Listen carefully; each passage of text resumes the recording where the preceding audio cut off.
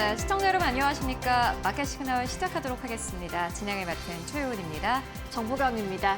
호르무즈 해협을 둘러싼 리스크는 계속되고 있습니다. 오늘 국제유가가 상승했고요. 오늘 나온 고용지표까지 견조하게 나오면서 연준의 금리 인하에 대한 기대감은 후퇴를 했습니다. 미국자 장단기물 금리 일제히 상승했고요. 오늘 3대 지수는 하락으로 마감을 했습니다. 그리고 시장에는 샌디스크 실적 발표 이후의 후폭풍까지 영향을 미쳤던 간밤 뉴욕 증시였습니다. 네, 미국과 이란 간의 이 호르무즈 해협의 이제 통행과 관련된 1차 초안이 공개가 됐는데 이 부분에 시장에서 약간 긴장을 했습니다. 무엇보다 유럽 시장 안에서 천연가스 가격이 10% 넘게 폭등한 점도 특징이라고 할 수 있겠습니다. 여기에 더불어서 오늘 현지 시간 금요일에 미국에서는 고용보고서 발표를 앞두고 있는 상황입니다. 시장에서 이 8월 한 달가 가장 중요한 지표는 결국에는 7월에 고용보고서가 될 것이다라는 논평도 나왔었는데 그래서일까요? 일단 시장은 약간 좀 긴장한 듯하고요. 그리고 실적을 많이 발표도 했는데 긍정적인 실적을 발표했음에도 불구하고 AI 관련 기업들은 지금 주가에 대한 부담감으로 인해서 가이던스 쪽을 조금 더 예민하게 봤습니다. 이에 따라서 시장에는 하락하는 종목들이 조금 더 많았다 이렇게 보시면 될 것 같습니다. 네, 시장에 있었던 다양한 이슈들과 우리에게 보내는 시그널, 마켓 시그널에서 확인을 해보시죠. 저와 함께 뉴욕 증시 3대 지수 마감 상황부터 만나보도록 하겠습니다. 뉴욕 증시 3대 지수의 마감 상황입니다. 오늘 국제유가의 급등 그리고 국채금리의 동반 상승 속에서 3대 지수는 일제히 하락으로 마감을 했습니다. 다우지수가 0.85% 내리면서 가장 강하게 영향을 받았고요. 그동안의 연속 상승 랠리가 오늘 끊어진 모습입니다. 나스닥 0.06% 내리면서 약보합권에서 마감했고 S&P 500도 0.18% 하락하면서 3대 지수 일제 약세 마감을 했던 뉴욕 증시였습니다. 호르무즈 해협의 리스크가 계속되고 있다고 전해드렸는데요. 일단 이란과 오만 간의 협상 자체는 진전을 보이고 있는 점까지 체크해 보셔야겠습니다. 오늘 국제유가는 상승하면서 WTI 3.38% 올랐고요. 배럴당 77달러 선에서 우리 시간 5시 기준으로 거래가 됐습니다. 한편 AI 반도체 쪽으로는 오늘 상대적으로 흐름이 나쁘지 않았습니다. 3대 지수가 약세를 보였지만 필라델피아 반도체 지수 0.33% 소폭 올라주면서 마감을 했습니다. 오늘 시장에는 어떤 이슈들이 있었는지 마켓 무버 이슈로 조금 더 자세하게 만나보시죠.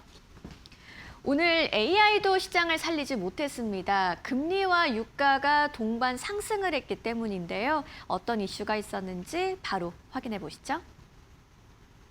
금리와 유가가 동반 상승했던 두 가지 이유를 한번 살펴보도록 하겠습니다. 먼저 이란과 오만이 호르무즈 해협 재개방을 위한 임시 합의안을 논의 중인 것으로 알려졌습니다. 하지만 통행료 부과 여부와 미국 승인 여부 아직 핵심 쟁점으로 남아 있고요. 최종 합의에 대한 가능성도 불투명한 상황입니다. 그러다 보니 시장이 이 상황을 섣불리 낙관하지 못하고 있고요. 국제유가는 상승하는 재료가 됐습니다. 그리고 오늘 고용지표도 발표가 됐는데요. 미국의 신규 실업수당 청구 건수였습니다. 19만 9천 건으로 발표가 됐는데 시장의 예상은 20만 4천 건이었기 때문에 이를 하회하는 수준으로 나왔습니다. 오늘 이 고용지표가 기업 해고는 여전히 적고 노동시장이 견조하다는 의미로 시장은 받아들였는데요. 반면 계속 실업수당은 증가를 했습니다. 즉 해고는 적은 수준이지만 채용도 활발하지는 않다. 저해고, 저채용 구조다라는 걸 시장은 해석을 했습니다. 자, 그래서 시장이 어떻게 반응을 했을까요? 호르무즈를 둘러싼 불확실성과 견조한 고용지표가 겹치면서 오늘 국채 금리를 끌어올리는 재료가 됐습니다. 10년물 금리가 4.6%대, 30년물 금리는 5.2%대 수준으로 상당히 높게 형성이 돼 있고요. 주식 밸류에이션 부담이 확대되면서 오늘 특히나 다우지수를 중심으로 차익 실현 매물이 확대되는 모습이었습니다. 한편 이 가운데 AI 대표주들은 상대적인 강세를 보였습니다. 엔비디아가 하락 전환을 하긴 했습니다만 상대적으로 나쁘지 않았고요. 마이크로소프트, AMD, 브로드컴도 강세를 보이면서 오늘 3대 지수의 약세 속에서 나스닥의 낙폭은 제한적이었고 필라델피아 반도체 지수는 소폭 상승하면서 마감을 했습니다. 그래서 오늘 시장은 AI보다도 금리가 더 강하게 영향을 미쳤다라고 정리해 볼 수가 있겠습니다. 자, 이어서 다음 이야기도 살펴보시죠. 샌디스크 실적 발표 이후에 후폭풍이 오늘 시장에 들이오는 모습이었는데요. 자세한 이야기 만나보도록 하겠습니다. 샌디스크가 어제 실적 발표를 했습니다. 4분기 매출이 89억 7천만 달러로 사상 최대 매출을 기록했습니다. 매출은 나쁘지 않았다라고 볼 수 있겠습니다만 시장이 더 주목했던 건 바로 다음 분기였죠. 다음 분기 1분기 매출 가이던스, 내년도 1분기 매출 가이던스가 103억에서 108억 달러 수준으로 제시가 됐는데요. 이게 시장의 기대치를 밑돌면서 투심이 악화되는 모습이었습니다. 그리고 이건 샌디스크만의 문제는 아니었죠. 함께 실적을 발표한 웨스턴 디지털도 4분기 실적은 예상을 상회했는데요. 문제가 됐던 건 1분기 가이던스가 기대 이하라는 점이었고요. 오늘 결국 두 자릿수의 급락이 나왔습니다. 시장이 실적 발표에서 현재의 호실적보다도 앞으로의 성장성, 가이던스를 중요하게 평가하고 있다는 걸 알 수 있는 대목이었습니다. 자, 이게 왜 중요한 건지 이유를 한번 살펴보시죠. 그동안은 기업들의 AI 투자 확대 기대감만으로도 높은 평가를 받았습니다. 그런데 이제는 실제 매출 성장의 수익성, 그리고 다음 분기 가이던스와 AI 투자 회수까지 기업들이 모두 증명해야 되는 국면에 다다른 건데요. 시장의 반응을 정리해 본다면 결국 샌디스크는 사상 최대 매출에도 불구하고 가이던스가 기대에 미치지 못하면서 오늘 급락을 했습니다. 반면 엔비디아, AMD 같은 AI 핵심 기업들은 성장성을 계속 입증하면서 오늘 매수세가 유입되는 모습이었습니다. 결국 이번 실적 시즌이 AI 랠리의 종료를 의미하는 것은 아니고요. AI 투자 기준에 변화가 있었다는 점, 그리고 시장의 눈높이가 높아졌다는 걸 보여줬다라고 정리해 볼 수 있겠습니다. 종목별로는 또 어떤 이슈들이 있었는지 최효은 앵커와 이어서 만나보시죠. 네, 단밤에는 단기물 국채가 좀 변동성이 컸습니다. 왜냐하면 알파벳이 회사채를 발행한다라고 밝혔고요. 여기에 더불어서 리사 쿡 연준 이사가 물가가 계속해서 오른다면 우리가 금리 인상을 고려를 해보겠다라고 밝히면서 일단 시장의 불안감은 커졌습니다. 이에 따라서 오늘 시장 기술주는 전반적으로 하락한 하루였는데요. 바로 만나보도록 하겠습니다. 보시다시피 인텔 1%대 하락세, 마이크로 테크놀로지 1.3%대 하락세, 알파벳 1.2%대 하락 나오면서 거래 마감했습니다. 이뿐만이 아니라 오라클, 팔란티어, 크라우드 스트라이크까지 일제 하락으로 거래 마감했고요. 엔비디아 약보합권 AMD 1.5%대 상승 나오면서 거래 마감했습니다. AMD는 전날의 급락과 좀 비교를 해봤을 때 주가 상승폭이 좀 크지 않다라는 부분이 아쉽습니다. AMD는 최근에 긍정적인 실적을 발표했지만 그럼에도 불구하고 스페이스X의 CEO입니다. 일론 머스크가 우리가 위성으로 쏘아 올리는 데이터 센터 안에 들어가는 칩들 그리고 컴퓨팅 안에는 엔비디아 칩만 쓰겠다라고 밝히면서 AMD의 투자 심리가 급격하게 냉랭해지는 모습을 보였습니다. 다만 간밤에도 엔비디아는 좀 쉬어가는 흐름을 보였고요. 그리고 M7 기업 가운데 굉장히 특징적인 기업이 있습니다. 바로 초록불 눈에 띕니다. 2.5%대 상승한 마이크로소프트인데요. 많은 또 투자 은행들 그리고 외신에서는 마이크로소프트에 대해서 집중하고 있습니다. 왜냐하면 실적 발표 이후에 계속해서 매수세가 따라붙고 있기 때문입니다. 긍정적인 실적을 발표했기 때문인데요. 이게 이제 실적을 발표할 때 그 세부적인 내용 하나하나가 굉장히 중요한데 가이던스, 매출, EPS, 잉여 현금 흐름 그리고 캐펙스 투자까지 그리고 그렇게 다 투자하는 와중에서도 어느 정도 돈을 버느냐도 굉장히 중요한 시대가 됐습니다. 그런데 지금까지 M7 기업들 가운데 약간 좀 뒤쳐졌던 마이크로소프트가 생각보다 잘하고 있다라는 그러한 투자 심리가 좀 형성이 되면서 다시 한번 주가가 지난주부터 연이어서 상승 탄력을 보여준 흐름을 보여주고 있고요. 그리고 웨스턴 디지털 같은 경우에는 앞으로 가이던스에 대한 우려감이 나왔습니다. 이 가이던스에 대해서 많은 투자은행들이 어떻게 보나 봤더니 그래도 이 웨스턴 디지털의 이 실적 자체는 괜찮았다라는 투자은행들의 평가가 나오고 있고요. 간밤에는 13% 이상의 하락이 나왔지만 이를 두고 이렇게도 이야기를 합니다. 웨스턴 디지털이 이번 해 한 해 동안 세 자릿수의 폭등세를 보였기 때문에 사실상 이것은 차익 신호로 보는 것이 맞다라는 투자 의견들 나오고 있습니다. 간밤에는 하락 하락으로 거래 마감했고요. 그리고 여기에 더불어서 세일즈포스의 주가도 3%대 하락세 나오면서 거래 마감했습니다. 오라클의 임원이 새로운 세일즈포스의 CEO로 임명됐다라는 소식이 있었는데요. 이에 따라서 주가 자체가 하락으로 거래 마감했습니다. 보시다시피 AI 기업들은 이슈 하나하나에 굉장히 예민한 흐름을 보여주고 있는 모습 함께 확인하실 수 있습니다. 그리고 보시다시피 최근 들어서 헬스케어 쪽 그리고 바이오 쪽으로 미국 안에서는 굉장한 탄력이 나오고 있는 부분 함께 확인하실 수 있습니다. 어제 한국 시장에서도 관련 종목들이 상승 탄력을 보인 것도 특징이라고 할 수 있겠는데 간밤에는 또 모더나가 이 mRNA 독감 백신이 FDA 승인을 받았다라는 소식이 있었습니다. 상승 탄력을 보였다가 금세 반락하는 흐름을 보여줬고요. 이뿐만이 아니라 일라이 랠리 같은 경우에는 전날 급등에 이어서 오늘도 1.8%대 상승 나오면서 거래 마감한 모습이 특징이라고 할 수 있겠습니다.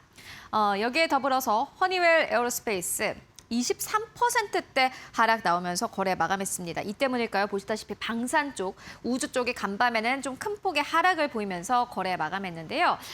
방산 기업인 허니웰 에어로스페이스는 2026년에 가이던스를 대폭 하향 조정했습니다. 이에 따라서 주가가 좀 큰 폭으로 폭락하는 흐름을 보여주기도 했습니다. 방산 기업들 같은 경우는 사실 호실적에 대한 기대감이 있었음에도 불구하고 이게 실적으로 뭔가 반영되는 시간이라든지 기간이 조금 약간의 지연이 나오면서 전반적으로 다시 한번 투자 심리가 좀 냉랭해지는 모습 함께 확인하실 수 있고요.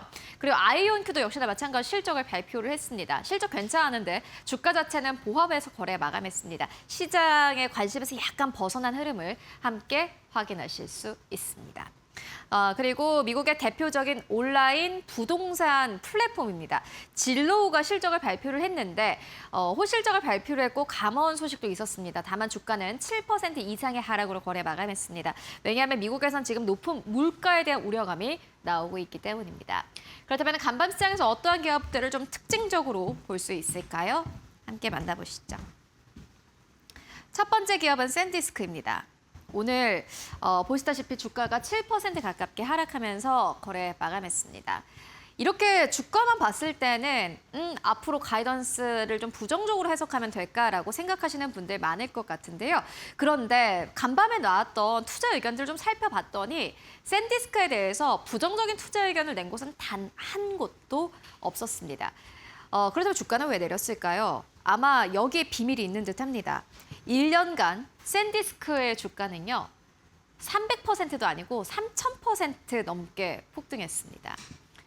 그렇기 때문에 실적 하나하나에 굉장히 예민하게 반응을 하고 있고 실적 그 자체에 예민하게 반응했다라기보다는 실적이 발표됐다라는 부분에 반응을 한 듯합니다.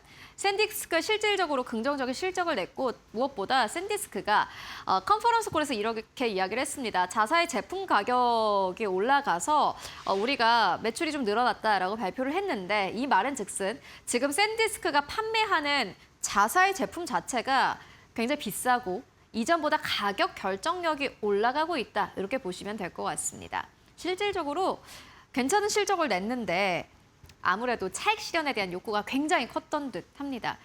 이에 따라서 샌디스크는 오히려 이번 실적 발표를 통해서 앞으로 AI 쪽의 붐을 다시 한번 확인할 수 있었다라는 외신들의 논평까지 나오고 있는 상황이고요. 다만 두 번째 기업 보시면 약간 분위기는 다릅니다. 데이터독인데요.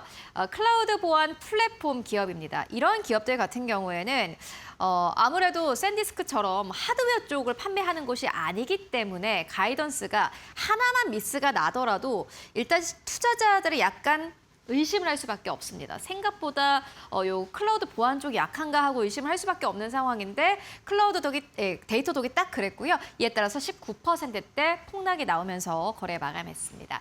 그리고 스페이스X입니다. 많은 분들이 또 걱정을 하셨을 것 같은데요. 락어 물량 해제에 대한 소식이 있었습니다. 다만 그럼에도 불구하고 주가는 6%대 상승 흐름이 나왔는데 스페이스X와 관련된 조금 더 자세한 수치를 좀 저희가 준비를 해봤습니다. 일단은 이 락업 물량이 해제될 것이기 때문에 스페이스X의 주가의 변동성이 커질 것이다라는 이야기 계속해서 나오고 있는 상황입니다. 오늘이 1차 해제 날이었습니다. 8월 6일입니다. 최대 9억 1,150만 주가 해제가 됐고요. 이게 IPO 당시 유통 물량의 140% 이상의 물량이기도 합니다. 그래서 시장에서는 걱정을 했습니다. 그런데 오늘은 일단 좀 잘 넘어간 듯하고요. 그런데 앞으로가 문제입니다. 앞으로 8월 12일에는 다음 주가 되겠습니다. 3억 1,900만 주가 추가적으로 해제가 되고요. 3차 해제 날은요. 이 8월 12일로부터 20일이 지난 후입니다. 아마 9월이 되겠네요.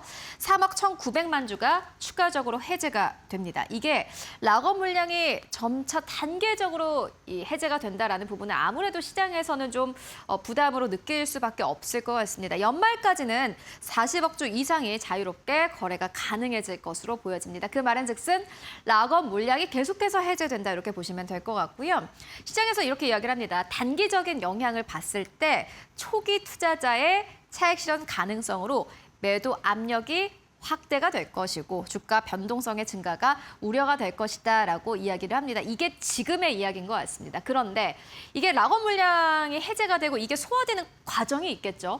그러고 나서 장기적으로 봤을 때는 보호예수 이슈가 해소가 되면 주가는 매물 부담보다는 실적과 펀더멘털을 중심으로 움직일 가능성이 크다라고 이야기를 합니다. 최근에 스페이스X가 긍정적인 실적을 발표를 했습니다. 물론 손실 부분이 있었지만은 누가 우주 항공 기업에게 수익을 기대하겠습니까? 사실 매출과 성장성 자체는 이번에 굉장히 좋았습니다. 많은 투자은행들도 역시나 마찬가지로 스페이스X의 목표 주가라든지 투자 의견을 하향한 곳은 단 한 곳도 없었습니다. 그런데 주가는 약간 좀 변동성이 띠고 있죠. 이게 결국엔 락업 물량 해제에 대한 우려 때문이겠고요. 결국에는 스페이스X 장기 투자자 분들이라면은 스페이스X가 내놓는 실적이라든지 앞으로 장기 플랜에 대해서 조금 더 관심을 가져보실 필요가 있을 것 같습니다. 그렇다면 이거를 좀 한눈으로 정리를 해보고 가도록 하겠습니다. 저희가 이 차트를 배런스지에서 가지고 왔는데 이게 2026년 8월입니다. 그러니까 지금입니다. 지금의 락업 물량 해제는 사실은 전체 물량 대비해서는 그리 많은 게 아닌데 앞으로가 더 문제일 것 같습니다. 계속해서 이 물량 자체가 해제가 되면서요. 일론 머스크가 가지고 있는 지분까지 락업 물량 해제 요 시기 같은 경우에는 2027년 8월입니다. 1년 이후에는 보시다시피 이 락업 물량 해제 자체가 큰 폭으로 늘어날 것으로 보여지는데요. 다만 이는 머스크 지분이 아무래도 포함되어 있기 때문에 보시다시피 차트가 금방 이렇게 점프업하는 것을 보실 수가 있고요. 1년 동안 락업 물량 해제는 계속해서 이루어질 것이다라는 부분들을 여러분들 함께 확인해 보시면 좋을 것 같습니다. 특히나 서학개미 분들 최근에 스페이스X 많이들 투자하고 계실 테니 이 부분은 알고 가시면 좋을 것 같고요. 그렇다면 이러한 시장 어떻게 정리해 볼 수 있을까 정리해 보고 가도록 하겠습니다. 오늘 저희가 두 가지 내용을 준비를 했습니다. 시장 예상보다 좋은 이익과 매출을 발표하더라도 이 향후 실적 전망이 부진하면 주가가 반드시 오르는 것은 아니다라고 이야기를 합니다. always라는 이 단어를 썼는데요. 이번에 샌디스크 그리고 웨스턴 디지털 같은 기업들이 그렇습니다. 반드시 주가가 오르는 건 아닙니다. 그래서 시장이 참 어려운 것 같고요. 그리고 이번에는 미국과 이란 간의 지정학적 리스크입니다. 합의 내용이 점차 구체화되고 있지만 시장의 관심은 이제 합의가 이루어질지보다는 최종 합의 조건이 무엇인지로 옮겨가고 있다라고 설명을 합니다. 간밤 장단기 국제금리가 움직였던 이유도 그럴 테고 유럽 안에서 천연가스 가격이 10% 폭등한 이유도 그럴 테고요. 결국에는 이제 합의 여부가 문제가 아니라 어떠한 부분을 합의하느냐가 굉장히 중요해 보입니다. 이 이슈들 하나하나 체크하기가 참 힘듭니다. 저희가 마켓 시그널에서 계속해서 전해드리도록 하겠습니다. 지금까지 현지 시간 목요일 시장 함께 정리해보고 왔습니다.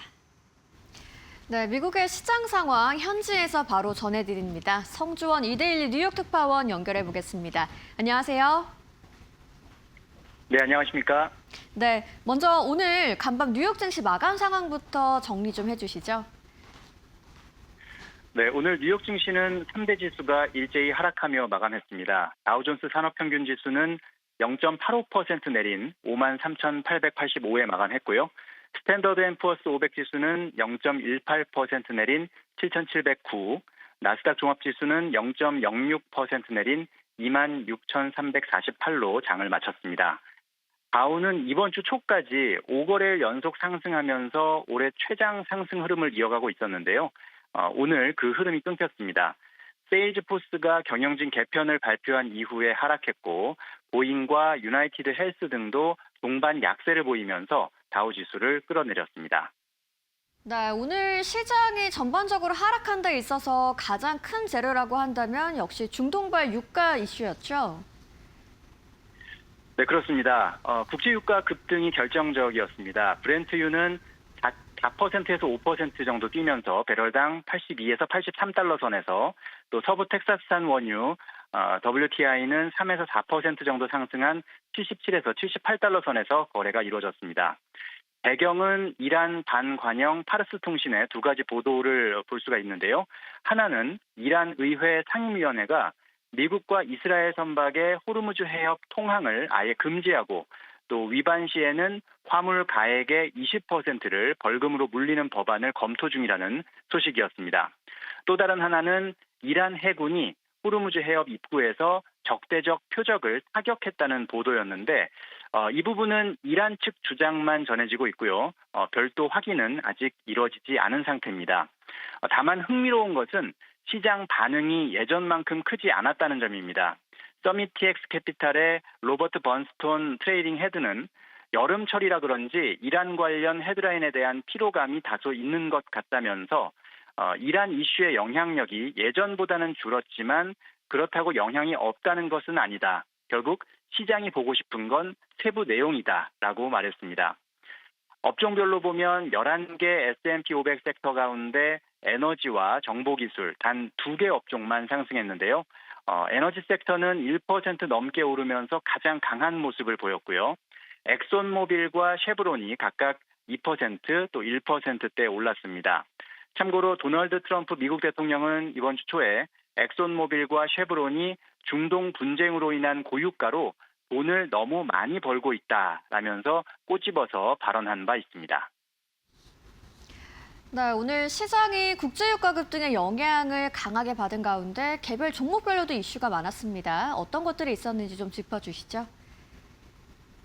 네, 오늘 실적 후폭풍이 유독 컸던 하루였는데요. 마케팅 플랫폼 업체 앱러비는 분기 매출이 시장 예상치를 밑돌면서 20% 급락했고 클라우드 보안 업체 데이터독은 3분기 매출 성장 둔화를 예고하면서 급락했습니다. 두 종목 모두 오늘 S&P 500 지수를 끌어내린 주요 종목으로 꼽힙니다. 또 메모리 반도체 업체 샌디스크는 4분기 실적이 시장 기대에 못 미쳐서 6.8% 하락했고요. 웨스턴 디지털도 1분기 가이던스 부진에 13% 밀렸습니다. 다만 두 회사 모두 4분기 실적 자체는 예상을 웃돌았고 최근 1년간 샌디스크는 3000%, 웨스턴 디지털은 500% 넘게 급등한 종목들이기 때문에 차익 실현 매물이 함께 나온 것이다라고 시장은 해석하고 있습니다. 또 오늘 한 가지 반전이 있었는데요. 바로 스페이스 X입니다. 지난 6월 상장 이후 처음으로 임직원과 초기 투자자가 보유한 물량 9억 주 이상에 대한 보호 예수가 오늘 해제되면서 매도 물량 우려가 컸었는데 실제로는 장중 낙폭을 만회하면서 오히려 6.1% 상승 마감했습니다. 예상과 달리 매도 폭탄이 나오지 않은 셈인데요. 물론 장 마감 후 시간의 거래에서는 약 1% 정도 약세를 보이고 있습니다. 미국 최대 모기지 대출업체 UWM 홀딩스도 장중 화제였는데요. 주가가 약 35% 하락했습니다. 2분기 대규모 순손실을 내고 이 상장 이후 처음으로 배당을 중단한 데 따른 것으로 장중 한때 낙폭이 49%까지 벌어졌다가 막판에 다소 줄어든 모습을 보였습니다. 네, 그리고 이제 시장이 주목하고 있는 고용지표 발표가 남아 있습니다. 내일 예정된 미국 7월 고용보고서 관전 포인트 좀 짚어주시죠. 네, 내일 저녁, 그러니까 한국 시간으로는 금요일 저녁 9시 반이 되겠고요. 미국 시간으로는 금요일 아침 8시 30분 뉴욕 증시 개장 전에 7월 비농업 고용보고서가 나옵니다. 시장 컨센서스는 고용 증가폭 8만 명, 실업률은 전월과 같은 4.2%입니다. 6월에 5만 7천 명 증가에 그쳤던 것에 비하면 소폭 개선이 예상되는 셈입니다. 이번 지표가 특히 중요한 이유는 케빈 워시 신임 연준 의장이 최근 통화 정책에 대한 사전 안내, 이 포워드 가이던스를 줄이는 기조를 보이고 있기 때문입니다. 그만큼 시장이 지표 하나하나에 더 민감하게 반응할 수 있는 환경이라는 거죠. 실제로 이번 주 초까지만 해도 실적 호조와 중동 긴장 완화 기대감에 다우와 S&P 500이 나란히 사상 최고치를 새로 썼는데 지금까지 실적을 발표한 S&P 500 기업 382곳 가운데 85%가 시장 예상치를 웃돌았습니다. 이는 1994년 이후 평균 서프라이즈 비율인 68%를 크게 웃도는 수치입니다. 오늘 하루는 호실적과 이 호르무즈발 유가 불안이 뒤섞이면서 소폭 조정을 받은 장으로 이해할 수 있겠고요. 내일은 고용지표 결과에 따라서 이 흐름이 다시 크게 출렁일 수도 있겠는데 잘 지켜봐야겠습니다. 네, 오늘 시장 이야기 여기까지 듣도록 하겠습니다. 성주원 이데일리 뉴욕 특파원이었습니다. 좋은 말씀 고맙습니다. 네, 고맙습니다. 네, 실적 발표 이후 기업들의 희비가 엇갈린 가운데 국제 유가와 국채금리 동반 상승에 영향을 받은 오늘 시장이었습니다. 이제 이번 주 고용 주간의 마지막 퍼즐을 완성할 내일 7월 고용 보고서에 시장의 시선이 주목되고 있는데요. 글로벌 증시에 미칠 영향 계속해서 지켜봐야겠습니다. 지금까지 뉴욕에서 전해드렸습니다.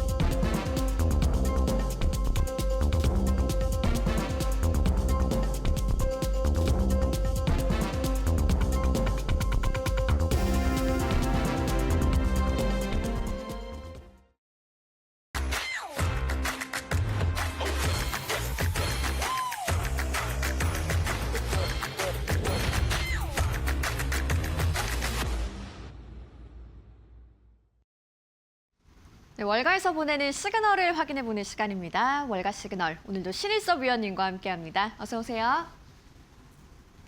네, 오늘 월가에는 어떤 시그널이 있었는지 키워드로 바로 만나보겠습니다.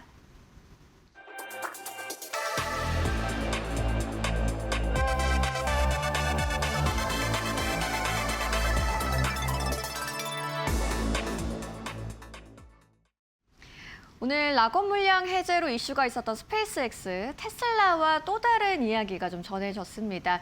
텍사스에 테라팹을 건설한다는 이야기였는데요. 어떤 내용인지 자세하게 한번 들어보도록 하겠습니다. 네, 테라팹 건설 프로젝트를 발표를 했었는데 자, 이제 텍사스 주지사께서 확인을 해주셨습니다. 지금 만들고 있답니다. 자, 지금 테라팹이 지금 그 앨런 머스크의 엄청난 위대한 꿈을 현실화시키는 지금 근거지가 되려고 하는데 1단계 투자가 168억 달러고요. 3,000개의 신규 일자리를 창출할 수 있다고 합니다. 네. 자, 여기 테슬라와 스페이스X의 합산 컴퓨팅 수요가 연간 1테라와트가 플러스 정도 필요하다고 하는데 지금 전력상으로는 모자르다고 합니다. 자, 그래서 1억 제곱피트에 지금 1,190억 달러의 시설 규모의 투자에 대한 내용이고요. 지금 반도체를 설계해서 테스트하는 것까지 종합 반도체 기업이 하는 모든 것을 지금 다 하겠다. 이런 원대한 꿈을 세우고 있습니다. 자, 그래서 저 반도체 기업이 없이 어떻게 스페이스X 테슬라가 맨 땅에서 저 라인을 갖출 수 있을까 했더니 인텔과 함께 손잡았다는 소식도 나왔었죠. 그래서 이제 그 테슬라 스페이스X가 옵티머스 휴머노이드 로봇, 사이버캡 자율주행 차량, 스페이스X의 위성 데이터 센터, 그 다음에 AI 로보틱스 우주 컴퓨팅 시대, 이런 모든 테슬라랑 스페이스X가 영위하는 모든 핵심 아이템들을 여기에서 생산하는 원대한 꿈을 실현을 하고 있습니다. 네. 이 테라페 건설과 관련해서 텍사스주도 지원을 해준다는 내용까지 확인을 해볼 수가 있겠고요. 이번에 테슬라와 스페이스X의 합산 컴퓨팅 수요가 연간 1테라와트의 전력을 초과할 거다라는 이야기 때문에 이 건설 프로젝트가 시작이 된 것 같습니다. 그 배경을 한번 더 자세하게 짚어볼까요? 네, 텍사스 오스틴에 그 우리나라 삼성전자도 공장을 짓고 네네. 있잖아요. 그리고 예전 얘기지만 박찬호 선수가 텍사스로 이적했죠. 왜 이적했는지 아시나요? 아주 예전 얘기네요. 네, 세금 면에서 상당히 유리하기 아, 때문입니다. 네. 사람에게도 기업에게도 세금 부분에서 굉장히 유리하고요. 네네. 텍사스 같은 경우에는 굉장히 지원을 많이 해줍니다. 그렇기 때문에 앨런 머스크도 여기를 택한 것 같고요. 전력이라던가 물 이런 관계들도 굉장히 많은 협력 관계를 이루어주는 곳이죠. 그래서 텍사스에 많은 기업들이 이전하고 있습니다. 네. 그리고 텍사스의 발전도 굉장히 도움이 되고요. 거기서 이제 인력이 지금 그 창출이 많이 되니까요. 자, 그래서 지금 앨런 머스크가 3월 21일 날 테슬라 스페이스X XAI 공동 프로젝트로 네. 말을 한 거고요. 그래서 앨런 머스크가 영위하고 있는 모든 기업들의 이제 이 기반이 여기가 될 겁니다. 텍사스주의 그라임스 카운티라는 곳에 대규모 부지에 건설 중인 것이고, 그다음에 인텔이 나왔죠. 5나노 미만 칩을 생산할 수 있는 3명이죠. 삼성전자, TSMC, 인텔. 그래서 5나노 미만, 이 지금 공정은 14A 공정인데 1.4나노 공정입니다. 그러니까 2나노 미만으로 정말 미세한 공정이죠. D램의 선폭을 의미하는 거잖아요. 자, 차세대 칩 생산을 위해서 AI 로보틱스 컴퓨팅 수요를 핵심 파트너다. 왜냐하면 아까 말한 대로 종합 반도체 기업이 할 수 있는 모든 거를 하는 거였잖아요. TSMC는 제조만 담당하고 패키징도 하지만 암코라던가 아니면 ASE 테크놀로지 같은 후공정 업체가 또 따로 있죠. 우리가 오사트라고 불리우는. 그리고 설계하는 업체는 또 따로 있고요. 영국의 ARM 같은 건 설계 자산을 제공하죠. 근데 인텔이라던가 삼성전자는 옛날부터 모델이 종합반도체 기업 모델이었잖아요. 설계부터 패키징까지 모두 할 수 있는. 그래서 인텔을 택한 것으로 보입니다. 왜냐면 네. 아까 전에 그 로드맵에 맵에 나와 있었잖아요. 지금 그 설계부터 패키징까지 모든 것을 갖추기 위해서는 인텔이 꼭 필요했었던 것 같습니다. 알겠습니다. 물론 삼성전자면 좋았겠지만 미국 기업이니까 미국 기업을 선택할 수밖에 없었겠죠. 네. 자, 그래서 테라팹이 만드는 미래는 차세대 칩 자급자족이다. 이제 저 지금 야망을 지금 이루려는 거예요. 엔비디아의 칩을 안 써도 인텔이 만드는 칩을 통해 가지고 그냥 모든 것을 자급자족을 하면은 마진이 많이 남겠죠. 혁신이 가속화되고요. 글로벌 경쟁력도 강화됩니다. 그래서 인텔 입장에서는 상당히 좋죠. 왜냐면은 정부에서도 지원을 해서 인텔을 살리려고 노력을 했고 테슬라도 인텔을 핵심 파트너로 선택을 했기 네. 때문에 향후 미래를 함께할 아주 동지라고 할 수가 있겠습니다. 네, 과정의 가속화를 위해서 인텔을 핵심 파트너로서 선정을 했고요. 머스크의 자체 칩 생산이 본격화되는 분위기가 무르익고 있습니다. 최근 테슬라의 주가 흐름 어땠는지 차트를 통해서 이어서 살펴보도록 하죠. 네, 테슬라 충격적인 하락갭이 발생이 된 이후에 그렇습니다. 네. 그 뒤로 이제 $400도 멀어져 버렸는데 이렇게 되면 이제 캐시우드나 데나이브스가 어떤 말을 할지. 자, 지금 이렇게 되면은 상당히 지금 어려운 구간이거든요. 왜냐면 4월 달에 모두 다 이제 랠리를 시작해서 초반에 매그니피센트 세븐이 이끌다가 그 다음에 바통을 메모리 반도체가 이어받아 가지고 지금 4대 지수가 역사상 신고가를 다 갔잖아요. 그 4월 달의 저점을 완전히 붕괴시키는 하락갭이 출현했기 때문에 너무 충격적인 하락이었죠. 그 뒤에 하락갭을 만회하려고 했지만 결국 주저앉는 모습입니다. 저렇게 되면 이제 하락갭이 어마어마한 저항이 돼버리니까 결국에는 저 $440에서 결국에는 빨리 $500를 갔어야 되는데 못 갔기 때문에 네. 결국에 이런 사태가 초래된 것 같습니다. 자, 이렇게 되면은 이제 $360, 350에서 $60인 저 하락갭 부분은 강력한 저항이 되겠죠. 이제 저기를 뚫으려면 상당히 어려울 겁니다. 왜냐하면 이미 시일이 한 2주일가량 지나버렸기 때문에 여러분들 그 시멘트랑 똑같다고 생각하시면 됩니다. 시멘트가 처음에 마르기 전에 밟으면 발자국이 나지만 다 굳어버리면은 깰 수가 없어요. 그렇기 때문에 이렇게 오랫동안 2주 정도 동안 저 갭을 못 깼기 때문에 이제 완전히 매물이 굳어버렸습니다. 매물이 강화된 거죠. 저기를 뚫으려면 상당히 어려울 거예요. 그래서 지금 테슬라도 스페이스X도 상당히 주가가 어려운데 지금 뭔가 지금 앨런 머스크의 투자에 대한 부분 때문에 개인 투자들은 희망을 놓지 않고 있는 것 같습니다. 네. 어쨌든 기술적으로는 시간이 꽤 오래 걸릴 수밖에 없는 안 좋은 상황으로 흘러갔다. 이렇게 판단이 됩니다. 네, 테슬라 차트를 봤더니 큰 폭의 개파락이 있었던 후에 강력한 저항선이 형성이 된 모습입니다. 뚜렷한 반등이 나오기까지는 다소 좀 시간이 필요할 것 같다라는 말씀으로 오늘 정리를 해보도록 하겠습니다. 오늘의 월가 시그널 신일섭 위원님과 함께했습니다. 좋은 말씀 고맙습니다.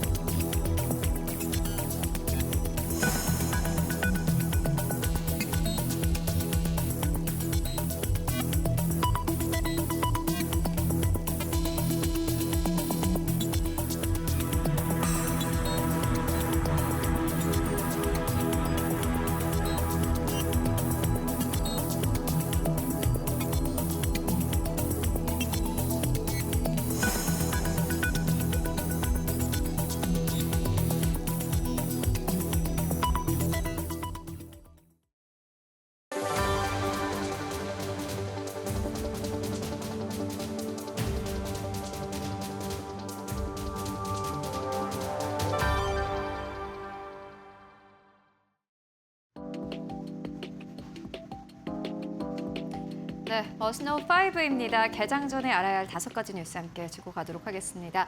먼저 첫 번째 소식입니다. 알파벳이 회사채 발행에 나섰습니다. 알파벳이 AI 관련 투자를 늘리면서 투자 금액이 필요했던 듯한데요. 그런데 알파벳이 예상했던 것보다 4배 더 수요가 몰렸다고 합니다. 다시 한번 AI 열기를 확인할 수 있었던 회사채였습니다. 자세하게 만나보시죠. 구글 모 회사 알파벳이 실시한 대규모 회사채 발행에 약 1,150억 달러의 투자 주문이 몰렸습니다. 발행 예정 규모인 최대 250억 달러의 4배가 넘는 수요가 몰린 겁니다. 최근 채권 시장 조정에도 AI 투자와 관련된 우량 기업 채권에 대한 투자 심리가 여전히 강하다는 평가입니다.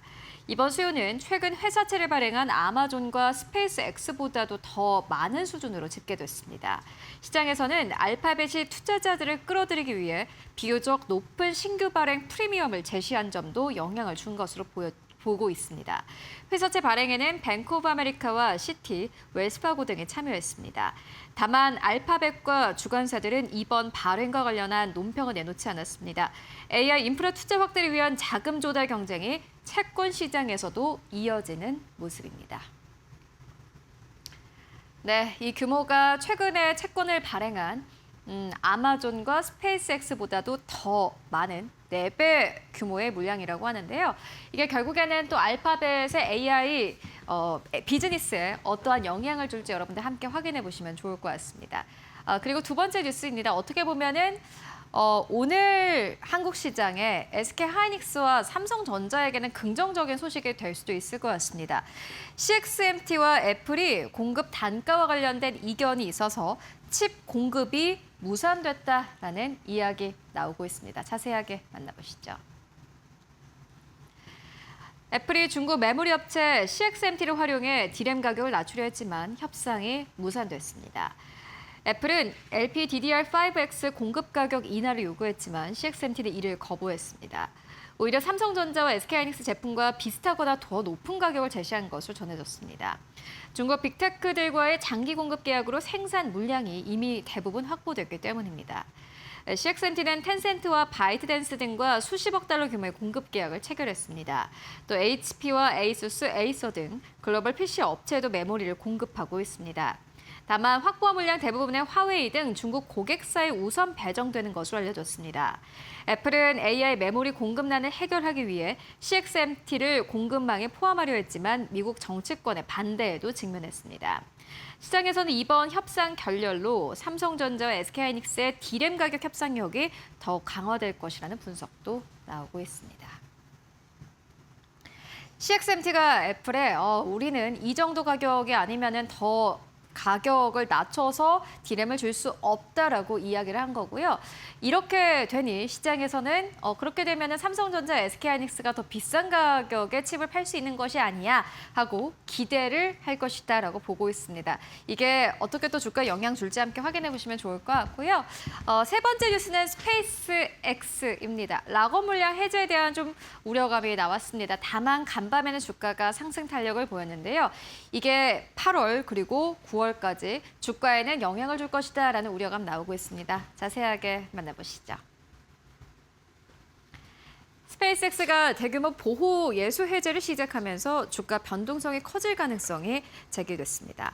회사는 첫 분기 실적에서 시장의 예상치를 웃도는 성과를 냈지만 이에 대한 영향으로 주가는 12% 급락한 바 있습니다. 실적 발표 전 이틀 전 주가가 16% 가깝게 급등한 데 따른 차익 실현 영향도 작용이 됐습니다.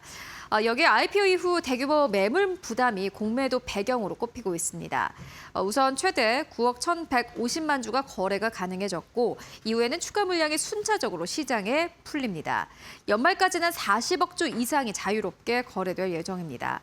다만 최대 주주인 일론 머스크의 64억 주는 2027년 6월까지 보호 예수 대상입니다.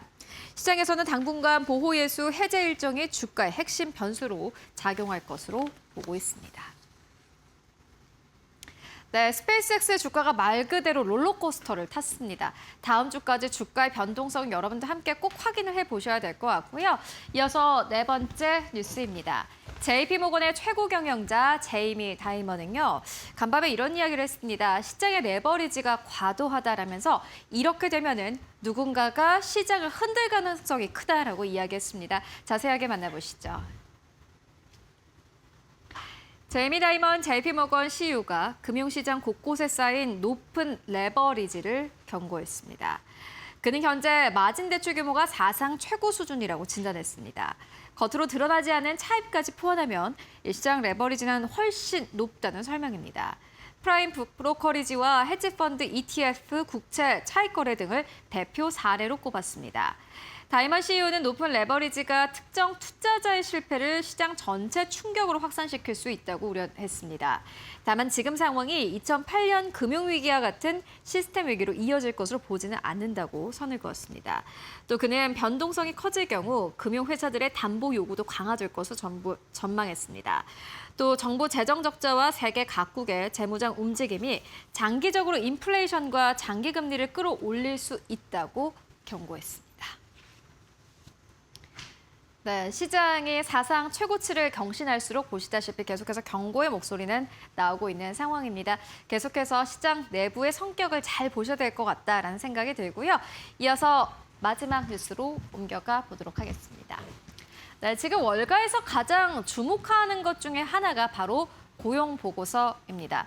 한국의 많은 증권사도 역시나 마찬가지로 미국의 고용 보고서를 현재 굉장히 주목을 하고 있는데요. 금리 인상에 대한 우려 때문입니다. 뱅크 오브 아메리카가 저소득층 임금 상승이 주도될 전망이다라는 이야기를 내놓았는데요. 자세하게 만나보시죠.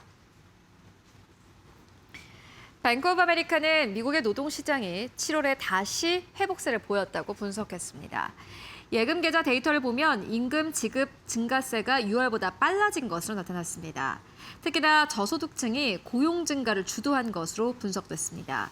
저소득층의 세후 임금 증가율은 지난해 12월 이후 처음으로 고소득층을 웃돌았습니다. 뱅크 오브 아메리카는 활발한 이직이 저소득층 임금 상승을 이끌고 있다고 설명했습니다. 또 원빅 뷰티풀 빌에 따른 이 세금 원천 징수 변화도 영향을 미쳤을 가능성을 제시했습니다. 생활비 부담 역시 임금 증가에 영향을 준 요인으로 꼽았습니다. 정규직으로 일하면서 부업을 하는 미국인도 늘어나고 있는 것으로 나타났습니다. 시장은 이번 주 발표될 미국 고용 보고서가 노동시장 회복세를 확인해 줄지 주목하고 있습니다. 네, 이에 따른 시장 영향 함께 체크해 보시는 게 중요해 보입니다. 지금까지 머스트 노우 5 함께 알아보고 왔습니다.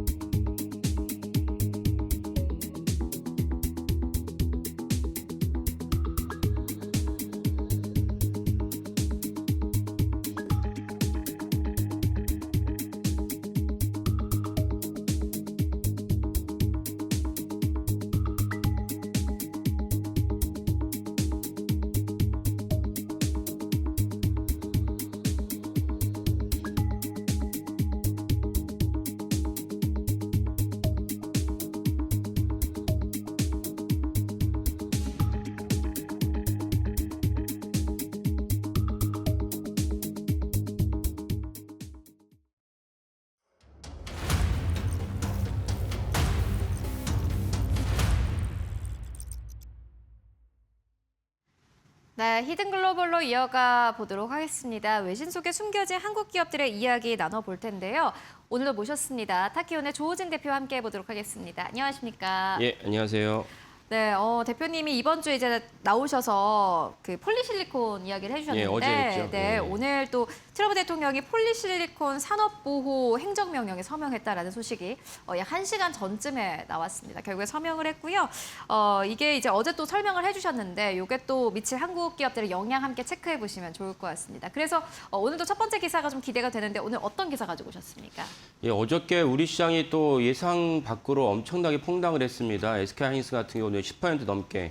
뭐 SK하이닉스가 떨어지니까 삼성전자도 어쩔 수 없이 폭락을 했는데, 근데 그 중에서 좀 특이한 상황이 무엇이냐면 이제 어저께 이제 KLX가 그 광고 거래소에 KLX 개장하기 전에 NXT 그러니까 일종의 프리마켓이라 할 수 있는데 프리마켓에서 SK하이닉스가 하한가가 있었습니다.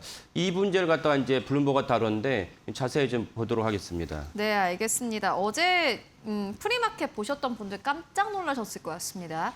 블룸버그가 보도를 했고요. SK하이닉스, 넥스트레이드에서 또 장전에 30% 급락했다. 시장 구조 논란 재점화가 됐다라는 이야기가 나왔습니다. 어제도 저희 이데일리에서도 이 부분 함께 전해드리기도 했었는데 제가 프리마켓 개장할 때 이제 이 부분 함께 전해드리기도 했었거든요. 이게 SK 하이닉스 하한가가 어떻게 가능한 걸까요? 어떻게 보세요? 예. 보통 이제 장중에 하한가가 있다는 것은 무엇이냐면은 오늘 이제 어떻게 해서도 팔아야지 30%를 손해보면서 팔아야지 내일 또 다른 하한가 내지 내일 또 분명히 이제 하락이 예상되니까 그런 의미에서 하한가가 있을 수 있습니다. 근데 어제 같은 경우 이제 그 샌디스크 이따 자세히 말씀드리겠지만 샌디스크 때문에 전체적으로 주식시장이 오늘 내려가겠다라고 생각을 했지만 그것이 이게 하한가에 맞을 정도의 악재는 아니고 그리고 또 장 시작하자마자 프리마켓에서 넥스트 트레이드에서 하한가가 열렸다는 것 자체가 좀 의아하긴 합니다. 근데 자세히 살펴보면은 어저께 이제 하한가가 어떤 식으로 이루어졌냐면은 이제 넥스트 트레이드에서 단 11주를 갖다가 누군가가 매도를 눌러놨습니다. 그 11주의 매도를 갖다가 이제 했는데 그 11주를 다른 계좌에서 11주를 갖다가 이제 사간 것입니다. 그래서 하한가가 이제 체결됐어요. 그러니까 하한가를 갖다가 계산해서 정확하게 11주를 갖다가 이제 매도를 하겠다고 눌러놨더니 그 매도를 내는 물량을 누군가 가져간 거예요. 그래서 불과 11주에 불과하기 때문에 이게 자전거래가 아니냐라는 의심이 있는 것입니다. 자전거래는 얘기는 무슨 얘기냐면 한 동일인이 두 개의 계좌를 갖고 한쪽에서는 내가 갖고 있던 SK하이닉스의 주식을 갖다 11주를 갖다가 이제 하한가로 걸어놓은 다음에 자기의 또 다른 계좌에서 하한가 걸어놨던 주식을 사간 것이죠. 그러면 본인 입장에서는 스스로 거래 수수료 외에는 사실은 이제 손해본 것이 없기 때문에 일부러 하한가를 갖다가 이제 시장에서 이제 보여주면서 그 SK하이닉스의 주가를 갖다가 폭락시키려 했다라는 이제 그 분석이 하나 있고 또 다른 거 뭐냐면 같은 계좌가 아니어도 동일인이 아니어도 다른 사람이 연대해서 내가 하한가를 걸어올 테니까 네가 하한가를 걸어온 이 주식을 네가 사가라 이렇게 했을 수도 있습니다. 그래서 그 어떤 것인지 모르겠지만 일단은 일반적으로는 어제 같은 거는 이게 불과 11주이긴 하지만 11주의 하한가가 일반적이지 않고 납득이 안 되기 때문에 이럴 때 바로 당국의 조사를 깊이 해서 왜 이런 거래가 있었고 그 다음에 또 이 거래를 갖다가 나중에라도 막으려면 어떻게 되는지 조치를 취하려면 어떻게 되는지도 같이 이제 발표해야 한다라고 생각을 합니다. 이게 이제 사실 이 거래 자체가 굉장히 뭐 길게 이루어진 건 아닙니다만은 저희 어제 이데일리에 이제 출연하셨던 어떤 분은 그렇게 얘기하시더라고요. 이게 차트가 망가진다 이렇게까지 좀 표현을 하시던데. 어제 뭐 사실 SK 하이닉스뿐만이 아니라 삼성전자까지 이제 하락세 나오고 SK 스퀘어 13% 넘게 급락이 나왔습니다. 어제 대체적으로 좀 투자 심리가 안 좋았어요, 그죠? 예. 그러니까 결국 이렇게 하한가를 갖다가 의심하는 대목도 좀 전에 들으신 대로 이렇게 이제 11주를 갖다 자세히 보면 11주의 체결에 불과하니까 이거 누가 또 장난쳤구나라고 생각할 수도 있지만 많은 분들은 처음에 이제 거래를 들었더니 차트가 아니 어떻게 이렇게 SK하이닉스가 하한가를 맞을 수 있지? 라는 생각에서 지난주 이제 금요일 날 SK하이닉스가 상한가를 했죠. 아니 그런 것도 참 이례적이지만 어떻게 하한가를 맞을 수 있지라고 이제 보면서 놀란 가슴에 매도 버튼을 누르게 됩니다. 이런 것들과 아마 어제 하한가를 갖다가 아까 말씀드린 대로 유도하지 않았나라는 이제 합리적 의심을 하게 되는 것이고 합리적 의심을 하는 것은 결국 공매도 세력과 결탁을 한 공매도 세력을 하는 다음에 단순하게 이제 공매도를 갖다가 친 경우도 있지만 또는 이제 SK하이닉스 같은 경우는 코스피와 SK하이닉스가 삼성전자가 둘이 합치면 50% 넘기 때문에 두 종목을 누르게 되면은 코스피 200을 갖다 매개를 한 선물 옵션 도 있고 또 하나 삼성전자, SK하이닉스 각각 개별 종목의 주식 선물 옵션도 또로 있습니다. 그래서 이런 것들이 연계되어 있기 때문에 아마도 이 연계된 것을 갖다가 주식을 갖다가 주가를 눌러서 생기는 어떤 파생 상품의 어떤 이득을 취하려고 한 것이 아니냐라고 참리적으로 생각할 수 있습니다. 그래서 아까 말씀드린 대로 이제 당국에서 금융감독원과 금융위에서 면밀하게 이제 그 조사를 해서 이런 것이 만약 시세 조작을 확인된다면 엄청난 일벌백계를 해서 내쫓지 않으면은 이런 일이 계속 재발할 수 있고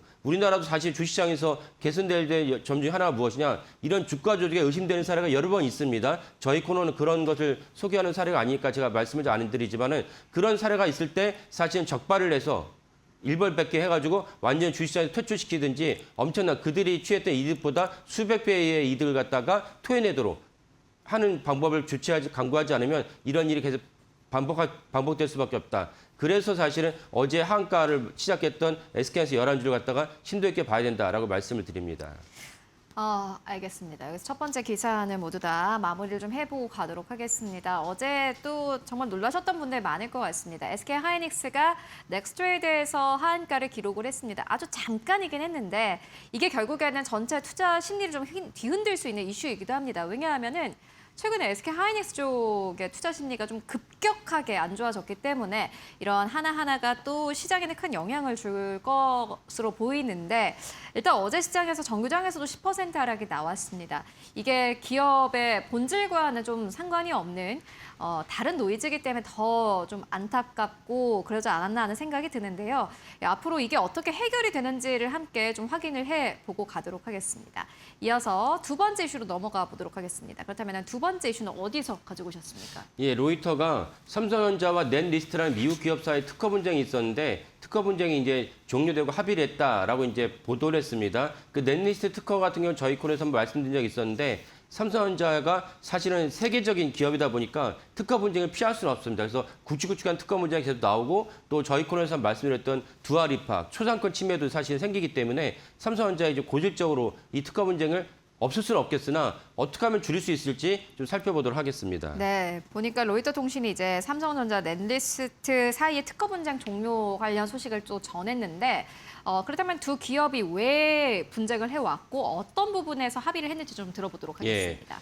그 넷리스트는 마냥 별거 아닌 자기의 어떤 기술이나 혹은 또 특허 괴물이라고 해서 다른 회사의 특허를 사온 다음에 이 특허를 기반해서 여러 회사를 갖다가 소송을 거는 그런 특허 괴물은 아닙니다. 넷리스트 자체는 이제 R&D를 어느 정도 실력 있다 봐야 되는데 넷리스트가 반도체 핵심 특허를 갖고 있는데 핵심 특허를 갖고 있으니까 넷리스트가 메모리 반도체 3사, 예를 들면 SK하이닉스라든지 마이크론이라든지 심지어 구글과도 사실은 이제 특허 분쟁이 있었습니다. 근데 구글은 이미 특허 분쟁이 종료가 됐고 SK하이닉스도 특허 분쟁이 종료가 된 상황입니다. 그래서 삼성전자하고도 자신들이 중요한 특허를 갖고 있으니까 삼성전자하고 이제 특허를 갖다가 이제 내 특허를 가져다 쓸 수밖에 없으니까 가져다 쓰는 대가로 돈을 주시오라고 해서 2015년부터 이제 소송을 하고 있다가 이미 벌써 5년 단위로 삼성전자와 넷리스트 사이에서 특허를 갖다가 얼마를 주고 사용하겠다라고 합의한 상황입니다. 합의한 상황인데 해당 그 계약이 만료되기 1년 전에, 그러니까 4년 동안 쭉 쓰고 마지막 1년을 앞두고 넷리스트와 이제 삼성전자 사이에서 특허 분쟁이 다시 재발을 합니다. 재발한 것이 이제 법정 소송까지 갔다가 이번에 이제 극적으로 이제 타협을 했다라고 볼 수가 있습니다. 네. 그렇다면 이제 첫 번째 키워드 좀 열어보도록 하겠습니다. 키워드는요, 합의의 배경이라는 물음표입니다. 그렇다면 이 두 회사가 합의를 하게 된 배경이 있을 텐데 배경이 어떻게 될까요? 예. 결국 넷리스트의 특허를 쓰지 않으면 안 되기 때문에 이제 합의를 할 수밖에 없다라고 볼 수가 있는데 또 하나 문제점이 무엇이냐면 최근에 실리콘밸리에서 삼성전자가 브로드컴과 무려 5년에 걸려서 2천억 달러의 이제 칩을 갖다 수주하지 않았습니까? 이 부분 역시 넷리스트가 이 단순한 특허 분쟁을 넘어서 ITC라고 많은 분들 아시겠지만 ITC에다가 이 사람이 이 회사가 우리의 특허를 사용하고 있으니 이 사용한 특허를 갖고 있는 상품을 미국 시장에서 판매를 금지해 주세요 라고 ITC에 요청할 수가 있습니다. 그럼 삼성전자 입장에서는 만에 하나라도 ITC에서 해당 이제 요청 갖다가 인용해 주면 받아들여야 되면 일시적으로 90일이나 6개월 정도 해당 상품을 갖다가 미국 시장에 판매를 못 하게 됩니다. 엄청난 이제 그 출혈을 갖다 감소해야 되기 때문에 그리고 아까 말했던 브로드컴과의 어떤 앞으로도 향후 이제 그 중요한 어떤 계약도 이행해내기 때문에 이런 것들이 맞물리면서 삼성전자 입장에서는 넷리스트의 요구를 들을 수밖에 없지 않았나라고 추정을 하고 있습니다. 그래서 이 추정 때문에 결국 넷리스트에다가 적어도 한 1억 달러 이상을 갖다 주지 않았을까라고 이제 추정을 하고 있습니다. 네, 그렇다면 이제 요 이슈를 가지고 오신 이유가 있으실 것 같아요. 비슷한 뉴스를 몇 번 가지고 오셨는데 이 뉴스를 가지고 오신 이유가 있으실까요? 예. 결국 삼성전자가 굴지의 세계적인 기업이니까 특허를 갖고 여러 군데에서 이제 삼성한테 내 특허를 침해했으니까 돈을 달라 이런 것을 모면하기 어렵습니다. 다만 삼성전자가 전체적으로 몇 가지를 바꿔야 되는데 하나는 무엇이냐면 삼성전자가 일단 특허를 많이 확보해야 되죠. 삼성전자는 연구원들에게 1년에 2건 이상은 의무적으로 특허를 출원하도록 장려하고 해당 특허를 갖다가 어떤 특허든지 간에 국내 특허면 또 미국 특허면 어떤 식으로 해서 보상을 해줍니다. 하지만 이 한 건당 50만 원 정도 보상해 준 것은 이제 너무 작은 금액이고 보다 더 중요한 것은 무엇이냐. 실제로 유의미한 특허. 어떤 연구원이 내가 이 특허를 갖다가 회사 이름을 출원했을 때 이 특허가 가지고 있는 상징성을 넘어서 실제로 매출에도 보탬이 된다라고 생각이 들 수 있겠죠. 왜냐하면 당사가 제일 잘하니까요. 그러면 삼성전자의 경영진도 해당 특허가 출원됐을 때 매출에 영향을 줄 것 같은 중요한 특허라고 한다면 이 특허 같은 경우는 직무 보상으로 해줘야 됩니다. 무슨 말이냐면 단지 50만 원, 100만 원을 주고 야, 이 모든 특허를 갖다가 회사에 넘겨라. 네가 회사에 근무하는 대가로 갖다가 회사에서 월급 받으면서 연구했으니까 당연히 회사 것이지 왜 연구원 것이냐. 이런 발상과 사고에서 벗어나서 이 중요한 특허라고 여겨지면은 특허에 해당하는 직무 보상을 해줘야 된다. 그렇지 않으면 연구원들이 면피성으로 1년에 2건 정도는 특허를 내놔야 되니까 어쩔 수 없이 특허를 내는 거 말고 무의미한 특허죠. 특허 건수는 많습니다. 삼성전자. 하지만 유의미한 특허를 더 많이 가지려면 직무 보상을 해줘야 된다라는 것이 필요하고 두 번째 무엇이냐. 삼성전자가 이런 특허가 많이 걸리는데 특허를 갖다가 처음에 협상을 할 때 내가 팔 비틀기 해서 이 특허를 갖다가 별로 안 주면서 삼성전자 특허를 가져왔습니다. 이런 문화가 있으면 안 된다는 것입니다. 적절하게 보상을 해주고 조기에 종식하는 것이 맞지. 그렇지 않고 이 회사 중소기업이고 심지어 이제 뭐 우리나라 국립대학에서도 특허를 갖고 있어서 삼성전자랑 특허 분쟁을 하는데 여러 다각도로 인맥을 활용을 해서 이 특허를 갖고 있는 교수를 갖다가 팔비틀기 하겠다. 이거 잘한 것이 아닙니다. 삼성전자가 이런 어떤 관점의 제도적인 변화가 필요하다라고 말씀드리겠습니다. 이제 저 궁금한 게 그렇다면은 이게 이제 삼성전자만의 문제일까요? 아니면 한국 기업들 대체로 이런가요? 대체적으로 그런데 삼성전자가 제가 볼 때는 과도하게 이런 문화가 좀 심하다고 볼 수 있습니다. 이번 같은 넷리스트 같은 경우도 하이닉스 일찌감치 이제 합의를 했거든요. 왜 합의를 했냐? 이거 피할 수 없구나. 그럼 합의를 해야죠. 삼성한테 5년에 한 번씩 이걸 갖다 갱신하겠다는 얘기는 무엇이냐? 일단 미봉책으로 5년간을 갖다 쓰고 그다음에 또 한 번 자기가 다각도로 이제 넷리스트를 갖다가 압박을 해서 자기들은 하이닉스나 구글만큼 돈을 주지 않겠다라는 전략적인 판단이었지만 오히려 삼성전자 위상과 아까 말씀드린 브로드컴과 ITC라는 제도를 봤을 때 안 하니만 못했다. 이런 것들을 삼성전자가 사실은 근본적으로 시각을 바꾸지 않으면 이런 일이 계속 발생할 수밖에 없다라고 말씀드리겠습니다.